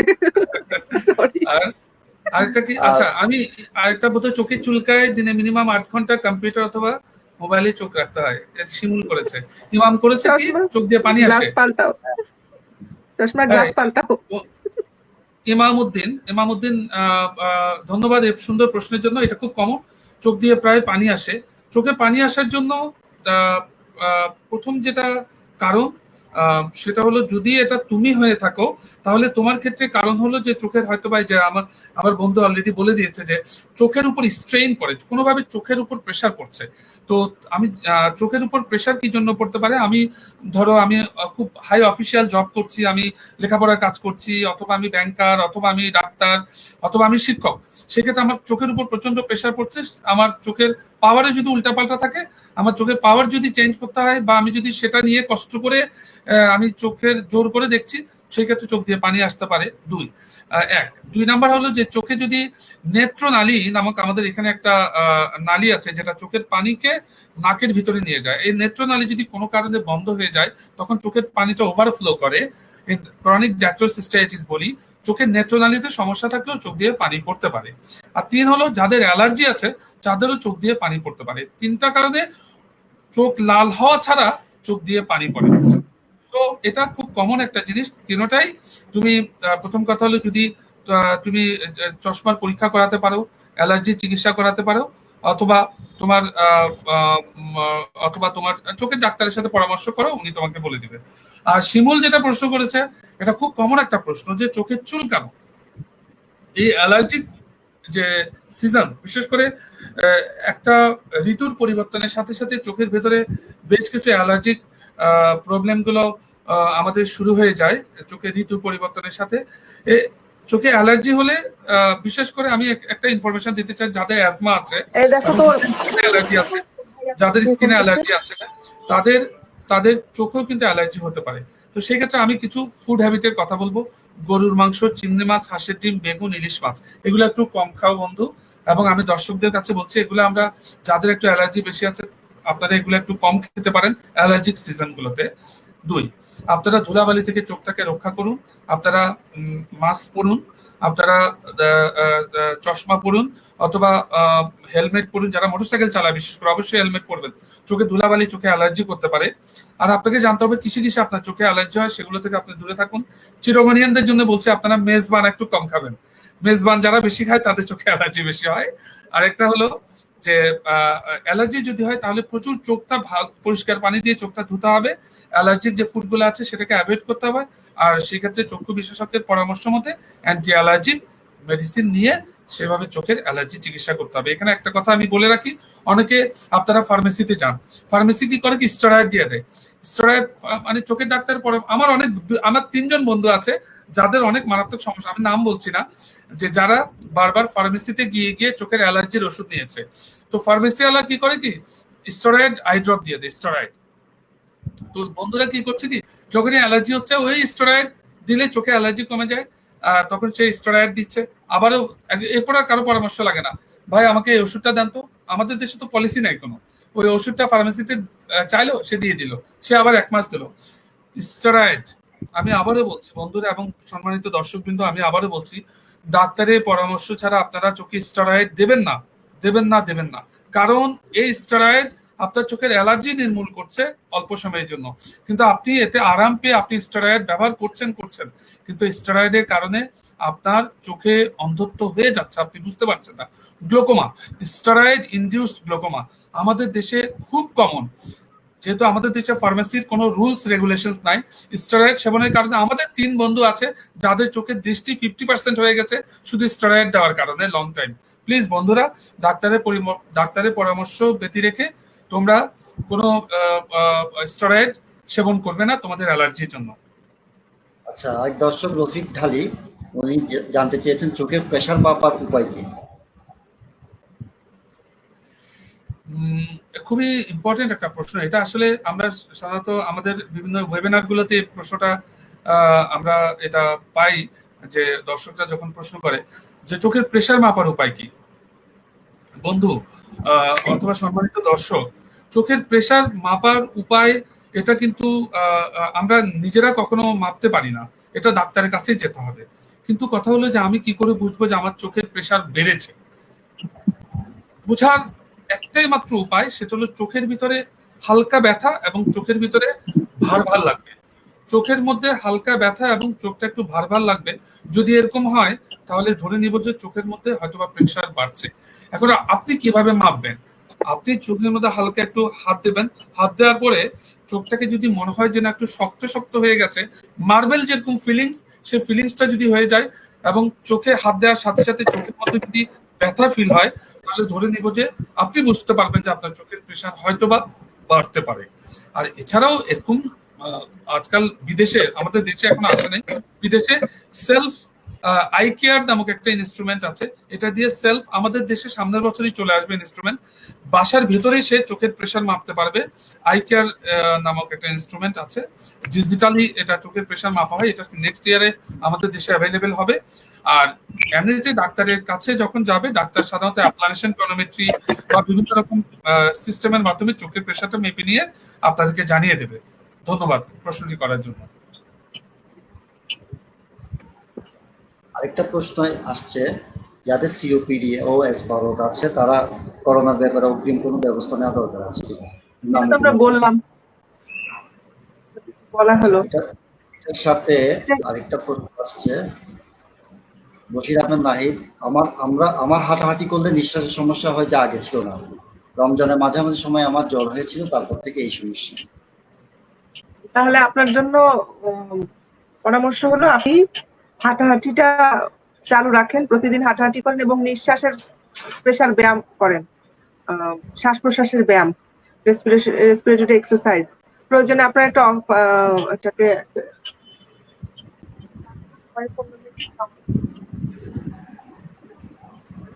দুঃখিত, যেটা করতে হবে তাদেরকে, আমরা এটাকে আমার মনে আসছে না, যে ফুটিয়ে যে ওঠা ব্রিদিং এক্সারসাইজ, যেটা ব্রিদিং এক্সারসাইজ করতে পারে সে। হ্যাঁ, এখানে আমি ব্রিদিং এক্সারসাইজের একটা স্পাইরোমিটার কিনতে পাওয়া যায়, 400-500 টাকা দাম, বেলুন ফুলানোর মতো, ফু দিয়ে এসে বেলুনগুলো ফুটবে আবার নামবে। এটা আপনার জন্য প্রয়োজন, কারণ হচ্ছে যে আপনি যেখানে ফিল করছেন যে আপনি হাঁটাহাঁটি করলে বেড়ে যায়, এটা দুটা কারণ হতে পারে। একটা হতে পারে আপনার শরীরের দুর্বলতার জন্য, আরেকটা হতে পারে আপনার রেসপিরেটরি রিজার্ভ কমে গেছে। সেক্ষেত্রে আপনার সমস্ত ফুসফুসের মধ্যে যেই বাতাস ভর্তি যে আঙ্গুরের মতো ছোট ছোট থলিগুলো থাকে, এটা যদি 100% ফিল আপ হয়, তাদের আমাদের পালস অক্সিমিটারে আসবে 99। আপনি যদি পালস অক্সিমিটারে দেখেন যে আপনার এটা কমেছে কিনা, আপনার দেখা যাবে 94-95 এর বেশি উঠছে না, সেক্ষেত্রে আপনার 10-20% হয়তো আপনার অ্যালভিওলার গুলো ফুলতেছে না, বাতাস ঢুকছে না। সেক্ষেত্রে আপনি যখন এক্সারসাইজ করবেন, হাঁটবেন, বুকের ব্রিদিং এক্সারসাইজ করবেন, তখন এটা আস্তে আস্তে রিক্রুটমেন্ট বাড়বে, তখন আপনার ক্ষমতাটা বেড়ে যাবে। হ্যাঁ, আর আপনি সুযোগ থাকলে আপনি একজন রেসপিরেটরি মেডিসিন বিশেষজ্ঞ দেখিয়ে নেবেন। এখন না হলো যখন আপনার সুযোগ হবে আপনাকে দেখাতে হবে এবং আপনি আপনার চিকিৎসকের সাথে কথা বলতে হবে। আপনি নিজে নিজে এটার জন্য আলাদা কোনো মিজার আগে থেকে নিতে পারবেন না। আপনার শুধু একটাই কাজ, ব্যায়াম করা, শ্বাসের ব্যায়াম করা। আমরা বন্ধু, আমরা কি আরেকটা ওনাকে পরামর্শ দিতে পারি কিনা, যেহেতু হাঁটাহাঁটি করলে ওনার একটু শ্বাসকষ্ট হচ্ছে এবং ওনার বয়স যদি 40-এর উপরে হয়, সেক্ষেত্রে আমরা এটাকে অ্যানজাইনা হিসেবে আমরা চিন্তা করতে পারি, কিন্তু অ্যানজাইনা হিসেবে চিন্তা করতে পারি, যেটা ওনার ক্যাপাসিটি কমে যেতে পারে। আপনি একটা ইসিজি করে কার্ডিওলজিস্টের পরামর্শ, ইকোকার্ডিওগ্রাম, ইসিজি গুলো করে কার্ডিওলজিস্টের সাথে কথা বলেন। হ্যাঁ, কথা বলতে পারেন। হ্যাঁ, ধন্যবাদ, সুন্দর। আচ্ছা বন্ধু তানিয়া প্রিয়া, ও আসলে একটা হতাশার কথা বলেছে যে টেস্ট করতে দিয়েছে কিন্তু এখনো রিপোর্ট পাইনি। আপনি করোনা মনে করে আপনার চিকিৎসাটা শেষ করেন, এটা আনটিল প্রুফ আদারওয়াইজ করোনা এই সময়। আচ্ছা, এখানে আরেকটা প্রশ্ন আসছে, আফটার শেভ লোশন কি ইজ স্যানিটাইজার কিনা, অথবা যে সেভলন আফটার শেভ লোশন যে পরিমাণ স্যানিটাইজার হিসেবে ইউজ করতে হবে, সেখানে আপনার বোতলের 2 ভাগের 3 ভাগে আপনাকে 3 ভাগের 2 ভাগই ব্যবহার করতে হবে, সেটা নট ফিজিবল। আপনি যেটুকু ব্যবহার করছেন সেটা পরিমাণের দিক থেকে সেটা স্যানিটাইজার হিসেবে ব্যবহার করা যাবে না। হয়তো 1-2 ড্রপলেট দিয়ে আপনি হয়তো একটা সুই দিয়ে কোনো একটা কাজ করছেন, একটা পাংচার করবেন, সেখানে আপনি দিবেন, সেটা ঠিক আছে। আপনার হাত বা নাকের প্রোটেকশনের জন্য আমরা যেভাবে ব্যবহার করছি সেভাবে ওইটুকু আফটার শেভ লোশন আপনাকে সেই প্রোটেকশনটা দিবে। সার্জিন জানতে চেয়েছে, কোনো ইউরিন সাইডে কোনো বোঝা যায় কিনা যে সিম্পটম যে করোনা হয়েছে কিনা ইউরিনের মাধ্যমে? এরকম তো আসে নাই কিছু, ইউরিনারি ট্র্যাক্ট দিয়ে করোনার কোনো, কারণ এটা একটা রেসপিরেটরি সিনসাইটিয়াল ভাইরাস। এটাকে জীবিত থাকতে গেলে রেসপিরেটরি যে মিউকোজা, সেই মিউকোজার এপিথেলিয়ালের সাথে দাঁড়িয়ে আছে। আর ইউরিনারি ট্র্যাক্টে যে এপিথেলিয়াম, সেটা আল্লাহ সুবহানাহু ওয়া তাআলা আরো স্ট্রং একটা এপিথেলিয়াম দিয়েছে, সেটাতে এটা টিকবে না। আচ্ছা, আরেকটা হচ্ছে এটা রেসপিরেটরি ইনসিনসাইটিয়াল, এটা রেসপিরেশনে যাবে। আরএনএ ভাইরাসটা সরাসরি মিউকাস মেমব্রেন, মানে যেটা নাকের, ইয়ের, চোখে, এটার সাথে ওদের সামঞ্জস্য আছে, সেটার উপরে ভর করে চলে। এটা ইউরেথেলিয়াল না। যেমন ইউটিআই এর জন্য যে সমস্ত জীবাণুগুলো দায়ী, ইকুলাই বা ক্লেবসিয়েলা, যেগুলো আমরা পাই পরীক্ষা করে, সেটা কিন্তু চোখে কিছু করবে না, ওটা ইউরিনারি ট্র্যাক্টেই তারা আটকাবে। এটা সেই ভাইরাস না, ওটা ব্যাকটেরিয়াল ইনফেকশন হয়। আমাদের এখন পর্যন্ত ইউরিনারি ট্র্যাক্টে ভাইরাস কোনো জীবাণু হিসাবে ইউরিনারি ট্র্যাক্টে আক্রমণ করছে আমাদের জানা। আচ্ছা, একটা প্রশ্ন আসছে, ওই মূত্রের তাড়না হলে চিনচিনে ব্যথা হয়, এটা কি কোনো সমস্যা? হ্যাঁ, এটা হতে পারে বন্ধু, কয়েকটা কারণ হতে পারে। একটা হচ্ছে যে একটা স্বাভাবিক একটা মানুষের, হ্যাঁ, আমাদের প্রস্রাবটা কি? প্রস্রাবটা হচ্ছে কিডনি তার শরীরের আমাদের বিপাকীয় প্রক্রিয়া যতগুলো ময়লা তৈরি হয় শরীরে, সেই জিনিসগুলো আমাদের ধরো ধরো আমরা যখন রান্নাঘরে রান্না করতে নিয়ে আসি, বাজার নিয়ে আসি, রান্না করি। রান্না করার পর অনেক খোসা তৈরি হয়, অনেক ধরনের ময়লা তৈরি হয়। কিছু আমাদের গার্বেজ বিনে যায়, ড্রাই বিন, কিছু যায় যে শুকনা ইয়েতে। সেরকম শরীরের বিপাকীয় প্রক্রিয়া যে জীবাণু যেই কেমিক্যাল রিঅ্যাকশনটা হওয়ার পর যে জিনিসগুলো তৈরি হয়, কার্বন ডাইঅক্সাইড তৈরি হয়, কিছু ইউরিয়া তৈরি হয়, কিছু ক্রিয়েটিনিন জিনিসপত্র তৈরি হয়, কিছু জিনিস আমাদের ঘামের মাধ্যমে বের হয়, কিছু নিঃশ্বাসের সাথে কার্বন ডাইঅক্সাইড বের হয়, কিছু ইউরিনের সাথে বের হয়, কিছু মল ত্যাগের মাধ্যমে বের হয়। তো কিডনির মাধ্যমে যে জিনিসগুলো বের হয় প্রোটিন মেটাবলিজম এন্ড প্রোডাক্ট, যেটাকে আমরা বলি অ্যামাইনো অ্যাসিড। অ্যামাইনো অ্যাসিড নামই কিন্তু এটা অ্যাসিড। এখন কোনো কারণে যদি তোমার ইউরিনের একটা অ্যাসিডিটি আছে নর্মালি 4.5 থেকে 6, 7ও হতে পারে, 4.5 থেকে 6, তবে বেশিরভাগই 4.5 থেকে 5-এর মধ্যে থাকলে আমরা ভালো থাকি। কোনো কারণে যদি অ্যাসিডিটা বেড়ে তোমার 4-এর নিচে নেমে যায়, তখন কিন্তু ওই সামান্য তোমার ইউরিন জমলেই তোমাকে জ্বালা পোড়া করবে। এখন ইউরিন অ্যাসিড হওয়ার কারণগুলো কি? একটা হতে পারে কম খেতে পারে, কেউ প্রচন্ড সোয়েটিং, পানি ঠিকই খেয়েছে কিন্তু তার সোয়েটিং এমন হয়েছে, এমন ঘেমে গেছে তার শরীরে পানি শূন্যতা তৈরি হয়েছে। অথবা সে বারবার ওই খাবারগুলোই খাচ্ছে যেগুলোতে অ্যাসিডিক ফুড বেশি। সে হয়তো মাংসের বিরিয়ানি খাচ্ছে, মাংসের পোলাও, মাংস দিয়ে রান্না খাচ্ছে, বা মানে অ্যাসিডিক ফুড গুলো খাচ্ছে, যে পর্যাপ্ত পরিমাণ ব্যালেন্স ডায়েট খাচ্ছে না। হ্যাঁ, খাবারের মধ্যে তো একটা ব্যালেন্স থাকতে হবে। তখন এই যে এন্ড মেটাবলিক এন্ড প্রোডাক্টটা, অ্যামিনো অ্যাসিডের এন্ড প্রোডাক্ট অ্যামিনো অ্যাসিড অ্যামোনিয়াই, সেটা যখন বেশি হবে তখন ওখানে অ্যামোনিয়াম ক্লোরাইড তৈরি হবে, যেটার জন্য বার্নিং হবে। এদের প্রথমে যেটা করতে হবে, তোমার এটা পেশাবে জ্বালা পড়ার একটা কারণ থাকতে পারে, যে তোমার খাদ্যের সাথে অথবা পানির সাথে, নাম্বার 1। আবার কারো এটা যদি আমি প্যাথোলজি চিন্তা করি, যে কোনো অসুবিধা, যেমন কেউ যদি কেমোথেরাপি নেয়, রেডিওথেরাপি নেয়, বা অ্যান্টিবায়োটিক খায় যেটা কিডনি দিয়ে পাস করে, তাদের ওই অ্যান্টিবায়োটিক খাওয়া অবস্থাতে বেশি পানি খেতে হবে। কেউ যদি রেডিওথেরাপি নেয়, রেডিওথেরাপি যেই জায়গায় নিক না কেন, রেডিওথেরাপিতে যেটা হয়, এটা এক ধরনের বিষের মতো। আমরা যখন আগাছা পরিষ্কার করার জন্য জমিতে বিষ ছিটানো হয়, তখন আগাছাগুলো মরে, কিন্তু সাথে কিন্তু কিছু ভালো গাছও মরে। এখন যখন রেডিওথেরাপি বা কেমোথেরাপি যেখানে দেওয়া হোক, এটা আলটিমেটলি কিছু নর্মাল টিস্যুকেও মেরে ফেলে। সেই মেরে ফেললে বডি কি করে, সেগুলোকে এক্সক্রিট আউট করতে হবে। তো তখন সেটা একটা এক্সট্রা বার্ডেন। তখন দেখা যায় যে ওই ওষুধের জন্য তার বার্নিং বেড়ে গেছে। তখন কি করি আমরা? পেশেন্টদেরকে পানিটা খাওয়া বাড়াইতে বলি, অথবা তাকে ফ্লাশিং করার জন্য ওষুধ দিই। হ্যাঁ, আর একটা তুমি সরাসরি তার হয়তো পেশাবের রাস্তায় একটা পাথর হয়েছে, ওখানে একটা অসুখ হয়েছে, বা ওইখানে ইনফেকশন হয়েছে, সেই জন্য জ্বালা পোড়া হতে পারে। তো একটা জ্বালা পোড়া যদি কন্টিনিউয়াস চলতে থাকে, তাহলে বুঝতে হবে তার অন্য কোনো সমস্যা আছে। কিন্তু যে কোনো একটা সুস্থ মানুষের মাসের মধ্যে 2-1 বার এরকম হইতে পারে, তখন কিচ্ছু না, তোমাকে পানি খাওয়াটা বাড়াতে হবে, তোমার একটু জুস খেতে হবে, হ্যাঁ, একটু সাইট্রাস ফুড খেতে হবে, তাহলে ঠিক হয়ে যাবে। আমার বন্ধু আরশাদ প্রশ্ন করেছে সিওপিডি। বন্ধু আরশাদ, আসসালামু আলাইকুম। সিওপিডি হচ্ছে ক্রনিক অবস্ট্রাকটিভ পালমোনারি ডিজিজ। এটা হচ্ছে আমাদের যে ফুসফুস 2টা নালী দিয়ে এক থোকা আঙ্গুরের মতো অনেকগুলো বাতাস ভর্তি লাংস থাকে আমাদের 2 পাশে। হ্যাঁ, তো কারো যদি জন্মসূত্রে না, তারা হচ্ছে কেউ স্মোকার, কেউ হতো এমন একটা কারখানায় কাজ করে যেখানে অনেক মানে এমন প্রোডাক্ট, যেমন সুতা নিয়ে কাজ করে, অথবা আলকাতরা নিয়ে কাজ করে, বা লিকুইড কোনো ডাই নিয়ে কাজ করে, যেটার ভাবটা সবসময় তার নাক দিয়ে যাচ্ছে, তাদের হয় কি ব্রঙ্কাসটার ভিতরে মিউকোসাটা, তার যে লাইনিংটা, সেই লাইনিংটা নষ্ট হয়ে যায়। নষ্ট হয়ে পরে কি তার মানে দীর্ঘমেয়াদী একটা প্রতিক্রিয়া তৈরি করে। তখন হয় কি, তার যে এই যে বাতাস ভর্তি, যেটা বেলুনটা ফুটবে আবার বেলুনটা চুপসাবে, ফুলবে চুপসাবে, এই ক্ষমতাটা আস্তে আস্তে কমে যায়। তখন দেখা যায় কি, সে হয়তো স্মোকিং ছেড়ে দিল, সে আর ওই কারখানায় কাজ করে না, বাট তার ক্ষতি যা হওয়ার হয়ে গেল। সেখানে একটা দীর্ঘমেয়াদী তাদের লাংসটা বাতাস ঢুকে কিন্তু বাতাসটা বের হয় না। তাদের যেটা হয় অ্যাজমার মতো হয়, তারা রাত্রিবেলা ঘুমাতে পারে না। এটা যদি অনেক বেশি আকারে হয়, দেখা যায় ওদের এই প্রত্যেকটা মাসেল গুলো সব প্রমিনেন্ট হয়ে যায়। মানে নর্মালি আমরা যেভাবে শ্বাস নিই, তারা ওভাবে শ্বাস নিতেই পারে না। দেখা গেল ওরা একটু ঝুঁকে থাকে, বা শোয়ার সময় উঁচু বালিশে ঘুমাতে হয়, না ঘুমাতে পারে না, এরকম পার্মানেন্ট কিছু চেঞ্জ হয়ে যায়। তো এটার উপায় হচ্ছে সিগারেট না খাওয়া, স্মোকিং না করা, সুস্থ জীবনযাপন করা, ফিজিক্যাল এক্সারসাইজ করা। জর্দাও কিন্তু এক ধরনের টোব্যাকো। জর্দাতেও কিন্তু লাংসের সমস্যা হতে পারে। পালস অক্সিমিটারের সাথে নেবুলাইজার রাখলে কি উপকার পাওয়া যায়? এতে করে অক্সিজেন মাত্রা? হ্যাঁ, পালস অক্সিমিটার খুব ভালো জিনিস, রাখতে পারো। কিন্তু ওই করোনা ক্ষেত্রে ইউজ অফ নেবুলাইজার কিন্তু কন্ট্রোভার্সিয়াল, কারণ নেবুলাইজেশন করলে যেই ইয়েটার ভেতরে বাতাসটা ঘুরবে, এটা কিন্তু অন্য সবাইকে সংক্রমিত করবে। একটা নেবুলাইজেশনে যে পার্টিকেলটা হয় ওই 300 মাইক্রোমিটার, ওই পার্টিকেল গুলো মিনিমাম 8 থেকে 10 জনকে সংক্রমিত করবে। তো এখানে নেবুলাইজারটা কম ব্যবহৃত হয়, এখানে করতে হবে পার্সোনালাইজড অ্যারোসোলাইজড মেথড, যেমন হচ্ছে আমরা ইনহেলার আছে না, সেগুলো ব্যবহার করলে ভালো, মিটার ইনহেলার। নেবুলাইজার সাধারণত করোনা রোগীকে আমরা অ্যাডভোকেট করি না। এটা অন্য সময় যাদের অ্যাজমা থাকে, অন্য সময় যাদের সিওপিডি আছে তারা করতে পারে, বাচ্চাদের যে অ্যাজমা তারা করতে পারে, কিন্তু এটার জন্য ইন্টারন্যাশনাল গাইডলাইন হচ্ছে মিটার ইনহেলার ব্যবহার করা, যে আমরা বাজারে পাওয়া যায় ভেন্ট্রোলিন ইনহেলার বা এসব। নোমানকে একটা প্রশ্ন আসছে, নোমান, তাহেরা সাহেব। বলো, প্রশ্ন বলো। আমাদের যিনি বন্ধু, আমি সাক্ষাৎকার তাকে তো বলতে হবে। আমাদের সময় কতক্ষণ আছে? করিমকে দেখিয়েছিলাম, উনি রিডিং চশমা দিয়েছেন 150 প্লাস, কিন্তু আমার দাঁতও ঝাপসা, কি করতে পারে তাহের সামনে? হ্যাঁ, মিসেস নাজমুল, আমি কি যেতে পারি?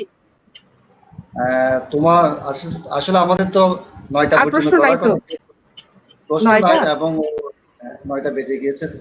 আচ্ছা বন্ধু, তুমি আচ্ছা, প্রশ্ন আমি নাই, তবে তোমার কাছে আমার একটু লাস্ট কথা প্রশ্ন ছিল, সেটা হচ্ছে এই আমরা প্রত্যেকে দৈনন্দিন বন্ধু নাজমুল, আমার মনে হয় তুমি ইয়েকে যদি তুমি ওকে দিয়ে ওটা শেষ করে ওকে প্রশ্ন করে তুমি ওকে ছেড়ে দাও, তারপর আমি আমার প্রশ্নগুলো অ্যানসার করছি। হ্যাঁ, আমি ওকে প্রশ্ন করছি, আমরা দৈনন্দিন কি কাজ করলে, প্রতিদিন কি রুটিন, কি কাজ মেনটেন করলে তোমাদের কাছে আমাদেরকে যেতে হবে না, মানে সুস্থ থাকা যাবে, ইউরিনের এই বিভিন্ন যে সমস্যাগুলো হয়, আমি আমার জিনিসটা বলি, আমার সাবজেক্টে যেটা বলছে, আমাদের দুইটা কিডনিকে আল্লাহ পাক এমন ভাবে তৈরি করেছেন, এটা একটু এরকম যে এটার যখন কর্মক্ষমতা 70% বেশি নষ্ট হয়ে যায়, তখন কিন্তু হঠাৎ করে এটা শাটডাউনের মতো হয়ে যায়। এটা একটা ভয়ঙ্কর জিনিস যে কিডনি, বাংলাদেশে কিডনি রোগীর সংখ্যা কিন্তু এখন দিনে দিন অনেক বেশি, অনেক বাড়ছে আগের থেকে। এটার কারণ কি? কারণ হচ্ছে এখন হচ্ছে মানুষের মেবি পারচেজ ক্যাপাসিটি বেড়ে গেছে, মানুষ এখন স্বাস্থ্য সচেতন বেশি, মানুষ এখন এই মোবাইলের যুগে অনেক বেশি কিছু জানে, তারা আগে থেকে সচেতন। একটু কোমরে ব্যথা হলো তারা ভাবে যে আমার কিডনিটা ঠিক আছে কিনা, কিডনি নষ্ট হলে তো এটা অনেক বড় জিনিস, সেটার জন্য বেশি আসে। কিন্তু কিডনির ব্যাপারটা কি, কিডনিটাকে আমাদের আগে থেকে এটাকে যত্ন করতে হবে। সেটা কি, কিডনির যত্ন হচ্ছে কিছুই না। আমরা বাংলাদেশের একটা মানুষের কমন টেন্ডেন্সি হচ্ছে, কিছু মানুষ খুব কম পানি খায়, কিছু মানুষ অনেক বেশি পানি খায়। দুইটাই খারাপ, দুইটাই খারাপ। খুব বেশি পানি খাওয়া হচ্ছে কিডনির প্রস্রাব তৈরি করা ছাড়া কিডনির আরো অনেকগুলো কাজ আছে। কিডনি আমাদের রক্তের মধ্যে লোহিত কণিকা, মানে আমাদের আয়রনটা বাড়ায়, আয়রনের ফাইনাল এতে বাড়ায়, তারপরে ক্যালসিয়াম মেটাবলিজমের ইয়ে আছে, আমাদের শরীরে ভিটামিন ডি, সবকিছুতে কিডনির কাজ আছে। কিডনি শরীরে লবণ নিয়ন্ত্রণ করে, ফলে প্রেশার নিয়ন্ত্রণ করে, ব্লাড প্রেশার। এখন একটা মানুষ যদি দিনে 4 থেকে 5 লিটার করে পানি খায়, তার কিন্তু কন্টিনিউয়াস কিডনিতে ড্রেন হবে, কিন্তু তার কিডনি কিন্তু তার জিনিসগুলোকে মেনটেন করে রাখতে পারবে না রক্তে। তখন দেখো যে তাদের অন্যান্য কিছু সিমটম তৈরি হয়ে গেছে। হ্যাঁ, কোনো কিছু বাড়াবাড়ি ভালো না। কিডনি যদি একটা নির্দিষ্ট পরিমাণে, আমরা যেমন পানি খাওয়ার কথা বলি, যেটা হচ্ছে আপনি দিনে যতবার বাথরুমে যাবেন, 5 থেকে 6 বার, বাথরুম থেকে এসে আপনি 1 গ্লাস পানি খান, হয়ে গেল 6 গ্লাস পানি। আর খাবারের সময় 2 গ্লাস, 8 গ্লাস। এর থেকে বেশি পানি খাওয়ার আপনার দরকার নাই। কিন্তু অনেক পেশেন্ট কিন্তু এত বড় বড় পানির বোতল নিয়ে ভুগে, পানি বেশি খেলে বুঝি কিডনি ভালো থাকে, তা না। তারপরে খাবারের ক্ষেত্রে সুষম খাবার খেতে হবে। অনেক মাছ মাংস, আপনার টাকা পয়সা আছে, আপনি মাছ মাংস বিরিয়ানি ছাড়া চলে না, হবে না, আপনাকে পরিমাপ করে খেতে হবে। হ্যাঁ, সবগুলো খাওয়া, ব্যালেন্স ডায়েট খাওয়া, এবং ফিজিক্যাল এক্সারসাইজ করা। ফিজিক্যাল এক্সারসাইজে যেটা হয়, মানে আমাদের শরীরে এক্সট্রা যে বিষাক্ত জিনিসগুলো সারা দিন সারা শরীরে জমে, তখন হয় কি, বডিতে সার্কুলেশন বেড়ে যায়, রক্তটা তখন খুব ফ্লো হয়।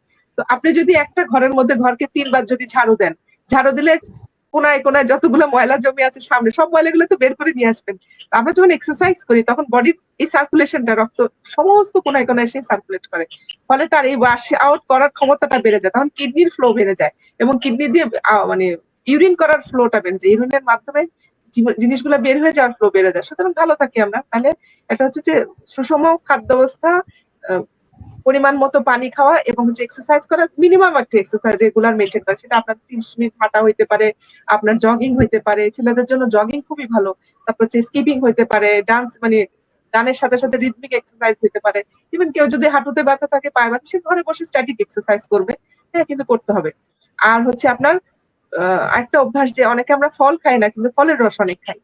হঠাৎ করে ফলের রস আপনার অ্যাভেলেবিলিটি থাকলে আপনি একসঙ্গে 5টা আম খেতে পারবেন, 5টা আম আপনি একসাথে খাবেন না।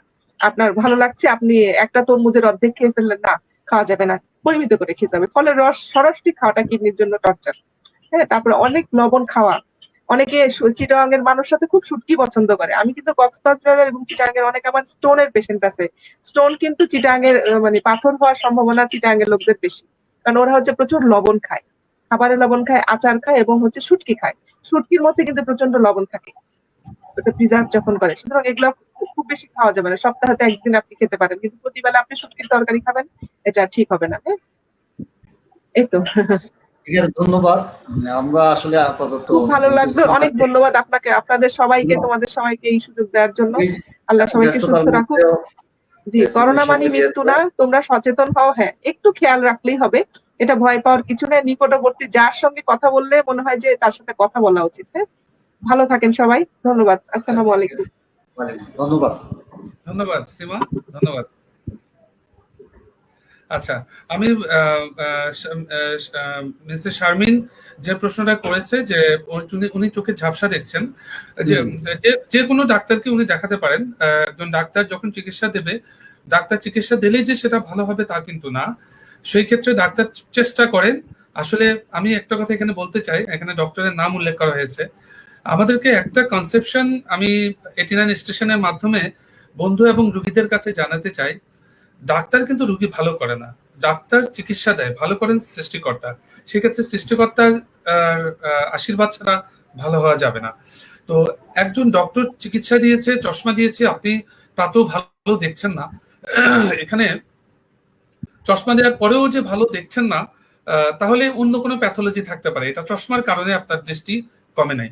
আপনার যদি ডায়াবেটিস কন্ট্রোল না থাকে, তাহলে আপনার ডায়াবেটিস বাড়লে চশমার পাওয়ার একরকম হবে, আবার ডায়াবেটিস কন্ট্রোলে আসলে চশমার পাওয়ার আবার নর্মাল হয়ে যাবে। তো সেই ক্ষেত্রে আপনার যদি কখনো কারো যদি ডায়াবেটিস আনকন্ট্রোল থাকে, তখন চোখের ডাক্তারের কাছে গিয়ে কখনো চশমা নেবেন না। এটা আমার একটা ইনফরমেশন। কখনো আপনার ডায়াবেটিস যদি আনকন্ট্রোল থাকে, কখনোই আপনি চোখের ডাক্তারের কাছে গিয়ে চশমা নেবেন না, কারণ চোখের ডাক্তার যে চশমাটা দেবে, যখনই কন্ট্রোল হয়ে যাবে ওই চশমাতে আর কাজ হবে না। এটা একটা ইনফরমেশন আমি দিয়ে রাখলাম। Please check your diabetes first. If it is normal, then go to the doctor and just stabilize your power. 2 number হলো, কারো যদি চোখে গ্লোকোমা রোগ থেকে থাকে, চোখের প্রেসার যদি ওঠানামা করে, তাহলেও কিন্তু চশমার পাওয়ার ওঠানামা করবে। তো সেই ক্ষেত্রে এটাও কিন্তু একটা আর্লি গ্লোকোমার লক্ষণ। আপনি অবশ্যই আপনার চশমার পাওয়ার যদি ঘন ঘন চেঞ্জ হয়, তাহলে দুটো জিনিস চিন্তা করবেন, এক হলো ডায়াবেটিস আর একটা হলো চোখের রোগ গ্লোকোমা। প্লিজ এটা একটু চেক করে নেবেন। আচ্ছা, বন্ধু অমিত সে বিদেশ থেকে করেছে, ও জানতে চেয়েছে একটু আগে যে চার্লসের কথা বলেছো সেটা ওরও হয়েছিল। এতদিন পড়ার সময় শুধু চশমা ব্যবহার করতো, কিন্তু এখন ল্যাপটপ ব্যবহারের সময় ও ঝাপসা দেখে। তো ওর চশমাটা আবার সবসময় পড়লেও পরিষ্কার দেখে না, ও এক্ষেত্রে কি করবে জানতে চেয়েছে। বন্ধু Amitosh is our very good friend, and he organized a lot of programs, and সবসময় দেখি বন্ধুকে, he is a very good organizer। এবং আমি 89 এর আমি একটু প্রসঙ্গের বাইরে বলছি যে আমাদের যে বন্ধুরা আমাদেরকে অর্গানাইজ করে, তার মধ্যে বন্ধু অমিতোষ একজন। যেমন আজকের আমাদের নাজমুল যেমন একজন ভালো অর্গানাইজার, এবং তেমনি আমি যেসব বন্ধুরা আমাদেরকে একত্রিত করতে সাহায্য করে, সবার তো সবার সে ক্যাপাবিলিটি নাই, সেসব বন্ধুদের প্রতি আমি স্যালিউট করছি, আমাদেরকে একত্রিত করে রাখার জন্য, এই বন্ধনটাকে টিকিয়ে রাখার জন্য। বন্ধু অমিতোষ, তুমি যে প্রশ্নটা করেছো, এটা শুধু তোমার না, এটা আমি দর্শকদেরও খুব কমন একটা প্রশ্ন, এবং আমাদের কাছে এ ধরনের রুগীরা প্রচুর আসে যে আমার 40-এর পরে আমার কাছের জন্য পাওয়ার লাগছে, আমি চশমা পড়ছি, ফাইন, কিন্তু আমি দূরে ভালো দেখি, আমি কাছের জন্য চশমা নিয়েছি, কাছেও ভালো দেখি। তাহলে দূরে এবং কাছের মাঝখানে কিন্তু একটা ডিস্টেন্স আছে, সেটাকে বলি আমরা ইন্টারমিডিয়েট ডিস্টেন্স। তাহলে সেটার কি হবে? যেমন আমি ল্যাপটপে কাজ করছি, সেটা তো কাছে না, এটা একটা ইন্টারমিডিয়েট ডিস্টেন্স। তাহলে সেটার কি হবে? হ্যাঁ বন্ধু, আগে এটা একটা সমস্যা ছিল, কিন্তু এখন এটা কোনো সমস্যা না, বিকজ প্রোগ্রেসিভ লেন্স নামক একটা লেন্স এখন বাজারে আসছে। তুমি তো ওয়েস্টার্ন কান্ট্রিতে থাকো, তোমার ওখানে অনেক আগেই চলে আসছে, কিন্তু লাস্ট 5 ইয়ার্স আমরা বাংলাদেশের মানুষরাও এই সুবিধাটুকু পাচ্ছি। আমরাও ডাক্তারের প্রেসক্রিপশনটা করে থাকি প্রোগ্রেসিভ লেন্স। বন্ধু, প্রোগ্রেসিভ লেন্স এমন একটা লেন্স যে দূরের জন্য তোমাকে পাওয়ার দিবে, কাছের জন্য তোমাকে পাওয়ার দিবে, আবার ইন্টারমিডিয়েট ডিস্টেন্সের জন্য পাওয়ার দিবে। বিশেষ করে যারা ব্যাংকার, যারা যারা কম্পিউটার, বিশেষ করে যারা সফটওয়্যার ইঞ্জিনিয়ার অথবা যারা কম্পিউটার নিয়ে খুব বিশেষ করে অফিসে প্রচুর কাজ করতে হয়, কম্পিউটার বেসড প্রোগ্রামিং যাদের করতে হয়, তাদের জন্য এটা একটা মেজর একটা প্রবলেম। সেক্ষেত্রে তুমি প্রোগ্রেসিভ লেন্স নিয়ে নাও। তুমি তোমার প্রাইমারি যে ফিজিশিয়ান আছে তার কাছ থেকে রেফারেল লেটার নিয়ে তুমি তোমার ডক্টর ফিজিশিয়ানের কাছে চলে যাও এবং সে তোমাকে প্রোগ্রেসিভ লেন্স দিয়ে দিলে এই প্রবলেমটা সলভ হয়ে যাবে। Progressive lens. আচ্ছা, মিস্টার নাইম জানতে চেয়েছিল নোমান স্যারের কাছে প্রশ্ন, কান্নার কারণে চোখ থেকে যে পানি বের হয় এর মাধ্যমে কি চোখের বারোটি প্রেশার কমতে পারে? অবশ্যই না, কান্না তো এটা ইমোশনাল ব্যাপার। এটা তো ইমোশনাল করে আমার চোখের ভিতরে, আমাদের মনের ভিতরে যে ইমোশন থাকে সেটা কান্না করে সে হয়তোবা ইমোশনটাকে কমিয়ে আনা যাবে, কিন্তু চোখের ভেতরে যে প্রেশার আছে সে প্রেশারটা কান্না করার মাধ্যমে কখনো কমবে না। কারণ চোখের ভেতরে যে প্রেশারটা, এটা চোখের ভেতরে যে পানি আছে এটা হলো চোখের ভেতরের পানি, এটাকে আমরা অ্যাকুয়াস হিউমার বলি। সে প্রেশারটা বেড়ে যায়, অ্যাকুয়াস হিউমারের প্রেশার বেড়ে যায়, কিন্তু চোখের যে পানি সেটা হলো চোখের বাইরের পানি। সো বাইরের পানি কমিয়ে চোখের ভেতরের পানি কমিয়ে আনা যাবে না। সো কান্না করে চোখের প্রেশার কখনো কমিয়ে আনা যাবে না। আচ্ছা, আরেকজনে জানতে চেয়েছিল মিস্টার বিলাল উদ্দিন, তিনি নিয়মিত ফুটবল খেলেন, ব্যায়ামও করেন, কিন্তু মাঝে মধ্যে ফজরে নামাজ পড়ার পর ঘুম থেকে উঠার পর শ্বাসকষ্ট হয়, আবার ঘুমাতে গেলে চোখ বুজার সাথে সাথে মাথা ঘুরে, ঘুমানোর পর ঠিক হয়ে যায়। এটা সমস্যা কি, সে জানতে চেয়েছিল। নিয়মিত ফুটবল খেলে এবং ব্যায়ামও করেন, কোনো সমস্যা হয় না, কিন্তু মাঝে মাঝে ফজরের নামাজ পড়ার জন্য ঘুম থেকে উঠার পর শ্বাসকষ্ট হয়, আবার ঘুমাতে গেলে চোখ বোঝার সাথে সাথে মাথা ঘোরায়, আবার ঘুমানো। আচ্ছা আচ্ছা, আমি একটু বলি। নিয়মিতভাবে ফুটবল খেলেন, so you are a chronic athlete. অ্যাথলেটদের কিছু কিছু সমস্যা একটু হয়, যেহেতু নিয়মিতভাবে অ্যাথলেটিক্স আপনি ফুটবল খেলেন, আপনার প্রচুর শরীরে ঘাম চলে যায়। যদি আমি চোখের ডাক্তার, আমি একটা বেসিক আইডিয়া থেকে কথাটা বলছি, and this is the answer actually. আপনার প্রচুর পরিমাণ ঘাম হয়, যে পরিমাণ ঘাম হয় আপনি সেটা ফিল আপ করতে হবে প্রচুর পানি খেয়ে। সো এই ঘাম ঝরে যাওয়া এবং পানি কম খাওয়া, এর মধ্যে কিন্তু ইলেকট্রোলাইট ইমব্যালেন্স হয়। আমাদের শরীরের ভিতরে কিছু মৌলিক উপাদান আছে, যেমন সোডিয়াম, পটাশিয়াম, ম্যাগনেসিয়াম, ক্যালসিয়াম, এগুলোর কিন্তু একটা ব্যালেন্স থাকতে হয়। এসব ব্যালেন্স যখন চলে যাবে, বিশেষ করে ক্রনিক অ্যাথলেট যারা ফুটবল খেলে অথবা অ্যাথলেটিক্স করে, তারা যদি নিয়মিতভাবে পানি ঠিক মতো না খায়, তাদের এ ধরনের ইলেকট্রোলাইট ইমব্যালেন্স হতে পারে। এ ধরনের ইলেকট্রোলাইট ইমব্যালেন্স হলে এর সমস্যাগুলো হতে পারে। এ ধরনের আরেকটা জিনিস হলো, এবং ভেরি ইন্টারেস্টিং, ঘুমানোর পর কিন্তু খুব ভালো হয়ে যায়, খুব বেটার ফিল করে, কারণ তখন আলটিমেটলি শরীরের ইন্টারনাল মেকানিজমের মাধ্যমে এই প্রবলেমটা, শরীরের ভিতরে কিন্তু একটা ইন্টারনাল মেকানিজম আছে যেটাতে সে কিছুটা পরিমাণ সে ইলেকট্রোলাইটকে ব্যালেন্স করতে পারে, কিছু হরমোনাল সিক্রেশন অথবা আন্ডার সিক্রেশন, ওভার সিক্রেশনের মাধ্যমে, তাতে ঘুমানোর পর তার ভালো লাগতে পারে। আমি আপনাকে বলবো, আপনি অবশ্যই একজন মেডিসিনের ডাক্তার দেখিয়ে এই প্রবলেমটা সলভ করিয়ে নেবেন, আর প্রচুর পানি খাবেন আপনি। লাকি জানতে চেয়েছিল করোনা হলে ক্লোনিয়াম খাওয়া যাবে কিনা, যেটা তিনি টেনশন ফ্রির জন্য মাঝে মাঝে খান, এটা কি দেওয়া যাবে উত্তরটা? আচ্ছা, আপনি টেনশন ফ্রি হওয়ার জন্য আপনি ক্লোনিয়াম বা ক্লোবাজাম, যেটা মানে এটা হলো এক ধরনের অ্যান্টি অ্যাংজাইটি মেডিসিন, আপনি নর্মালি আপনি খাচ্ছেন, কিন্তু লং টাইম খাবেন না। আমি কখনোই বলি না যে কেউ সারা জীবন কোনো ইন্ডিকেশন ছাড়া অ্যান্টি ডিপ্রেসেন্ট বা এই ধরনের খাবে, এটা কিন্তু আলটিমেটলি শরীরের জন্য ভালো না।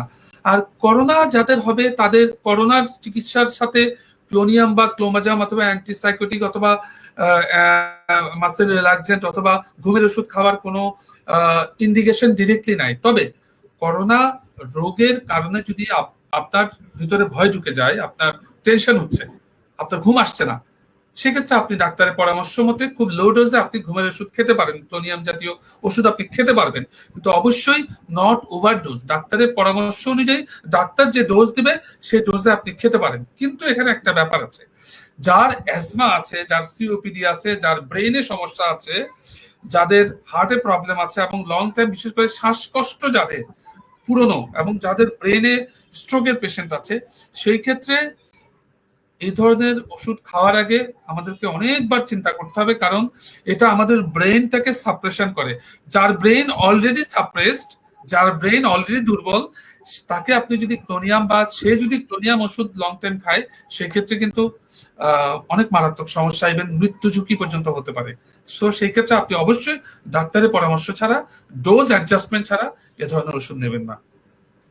আচ্ছা, বাজারের থেকে ওই সবজি নিয়ে এসে সরাসরি ফ্রিজে রাখা কি যাবে কিনা, এটা জানতে চেয়েছে দর্শক। বাজার থেকে খুবই চমৎকার একটা প্রশ্ন। বাজার থেকে সবজি কিনে আমরা তো সরাসরি ফ্রিজে আমরা কখনো রাখার পরামর্শ দেবে না, ধুতে তো হবে। আর এই মুহূর্তে অবশ্যই গরম পানি দিয়ে সেটা ধোবেন, ধোয়ার পরে পানিটা ঝরিয়ে ফেলবেন, পানিটাকে ঝরিয়ে ফেলবেন, শুকিয়ে ফেলবেন। পানিটা ঝরানোর পরে তারপর আপনি ফ্রিজে রাখবেন, তবে লং টাইম ফ্রিজে রাখবেন না। এক্ষেত্রে ফ্রেশ খাবারই খেয়ে ফেলাটাই উত্তম।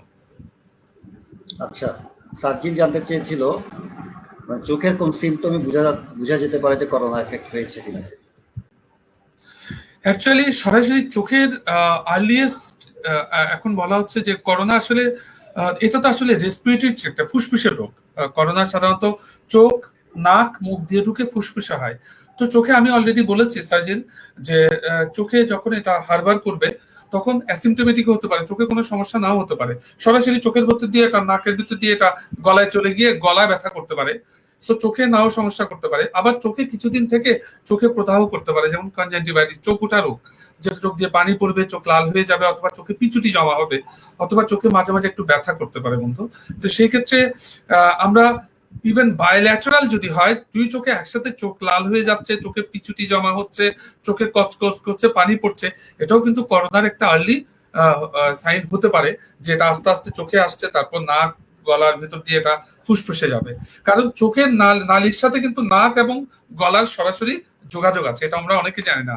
চোখের যে নেত্রনালী আছে, এই নেত্রনালীর সাথে সরাসরি নাক এবং গলার যোগাযোগ আছে যেটা।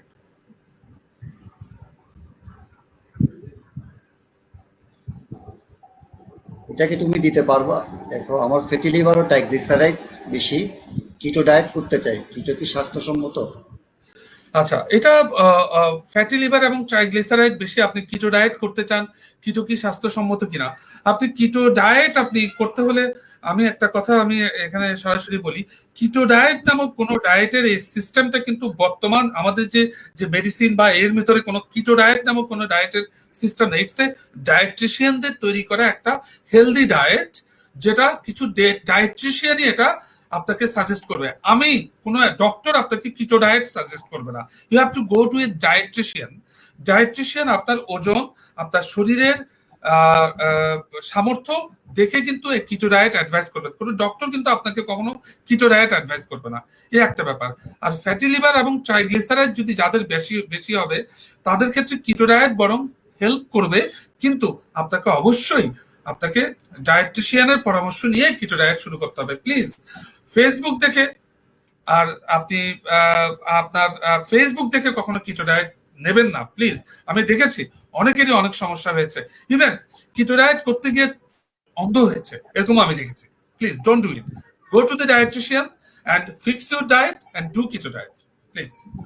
কাজরি নূরজাহান জানতে চেয়েছিল, আজকাল শোনা যাচ্ছে কোনো উপসর্গই নাই, কিন্তু করোনা পজিটিভ এসেছে রিপোর্টে। এমন হলে কিভাবে বুঝবো কার করোনা হয়েছে? প্রথম কথা হলো, কারো যদি ফ্যামিলিতে করোনা হয়ে গিয়ে থাকে, আপনার উপসর্গ নাই, আপনি মাথায় রাখতে হবে আপনি উপসর্গ নাই, কিন্তু আপনি কিন্তু কেরিয়ার, আপনার শরীরে করোনা থাকবে।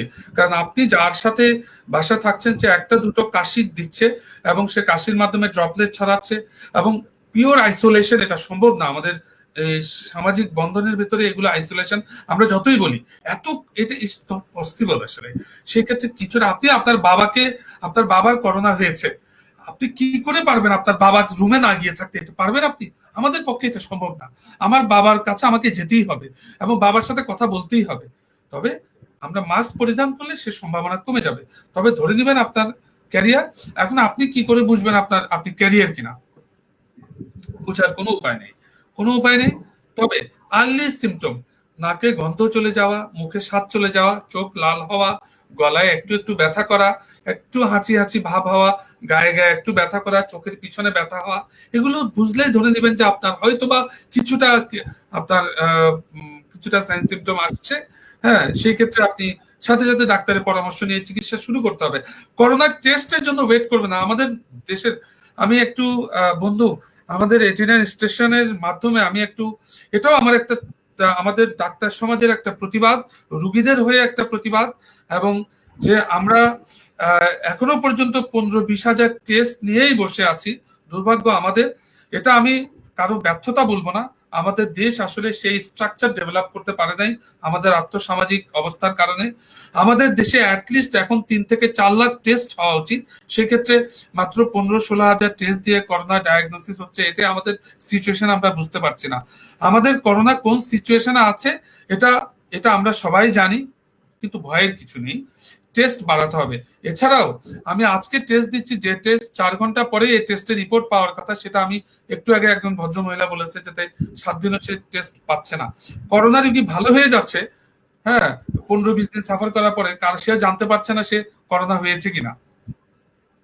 এটা আমাদের জন্য অবশ্যই দুর্ভাগ্য। সেক্ষেত্রে আমি আমাদের এই ইয়ের মাধ্যমে, আমাদের এই স্টেশনের মাধ্যমে, আমাদের এই অনুষ্ঠানের মাধ্যমে আমি বর্তমান সরকারের কাছে রিকোয়েস্ট রাখতে চাই, প্লিজ যে প্রত্যেকটা জেলা সদরে আপনারা করোনা টেস্টের ব্যবস্থা করেন, এবং পর্যাপ্ত, অল্প পরিমাণ না, পর্যাপ্ত, আমি বলবো ডাবল ইনস্ট্রুমেন্ট, ডাবল মেশিন দিয়ে।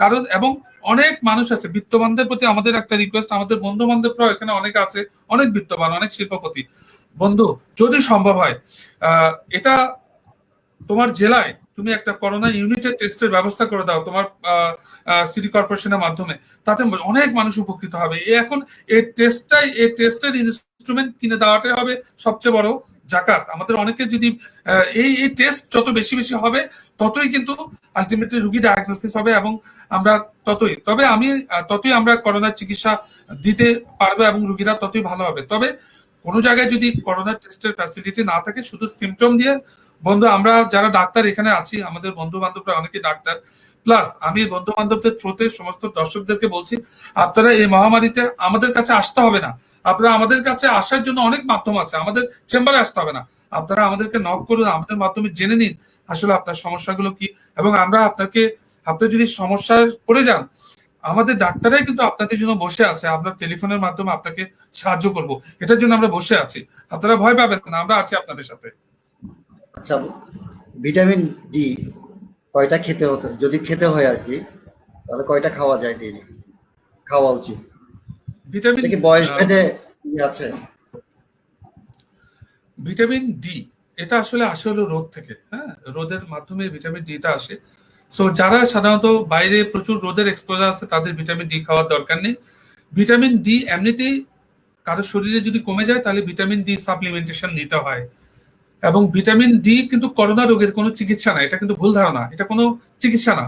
তবে ভিটামিন ডি রোগ প্রতিরোধ ক্ষমতা বাড়ায়, ক্যালসিয়াম শরীরে, ভিটামিন ডি ক্যালসিয়াম নামক একটা সাবস্টেন্স শরীরে তৈরি করে, এবং ক্যালসিয়াম শরীরে ভালো থাকলে রোগ প্রতিরোধ ক্ষমতা বৃদ্ধি পায় এবং করোনা রিলেটেড জটিলতা কমে যায়। যার ফলে বয়স্ক রোগীদেরই ভিটামিন ডি কম থাকে, এবং এবং ক্যালসিয়ামের অভাবে যাদের থাকে তাদেরও ভিটামিন ডি এর ক্যালসিয়ামের অভাবে যাদের থাকে তাদের ইমিউনিটি এবং করোনা রোগের যে কমপ্লিকেশন সেটা কমব্যাট করার কমে যায়, ক্যাপাসিটি কমে যায়, সেই জন্য অনেকে ভিটামিন ডি ক্যালসিয়াম খাচ্ছে। আচ্ছা, ভিটামিন ডি এটা বয়স ভেদে ডিফারেন্স হয়, সেক্ষেত্রে আমি বলবো যে ভিটামিন ডি রাইজ নামক একটা ক্যাপসুল আছে, এটা 40,000 ইউনিট আমরা উইকলি খেতে পারি। তা আপাতত এই মুহূর্তে আমরা খেতে পারি, কিন্তু not for the long time. Vitamin D কিন্তু আবার বেশি দিন খাওয়া যাবে না, এটাও কিন্তু একটা ইনটক্সিকেশন হয়। তো সেই ক্ষেত্রে আমরা আপাতত খেতে পারি, বাট এটা not for the long time. অবশ্যই ডাক্তারের পরামর্শ ছাড়া কোনো ওষুধ নেবেন না। আচ্ছা, আমাদের আরেক বন্ধু সে লিখেছে তার এখন এভারেজ তাপমাত্রা 101 ডিগ্রি কালকে থেকে, তো সে আসলে জানতে চাচ্ছে কি করবে। আমাদের কাজী মেজবাহুল আলম রইস আমাদের চিটাগং এর বন্ধু, আমি তার একটু পরিচয় দেয়। সে একটা বাংলাদেশের অন্যতম বেসরকারি খুব খুব বড় একটা হাসপাতাল, বাংলাদেশ আই হসপিটাল গ্রুপ, এবং বাংলাদেশের one of the very sophisticated hospital গ্রুপের সে একজন খুব ইম্পর্টেন্ট অফিসিয়াল।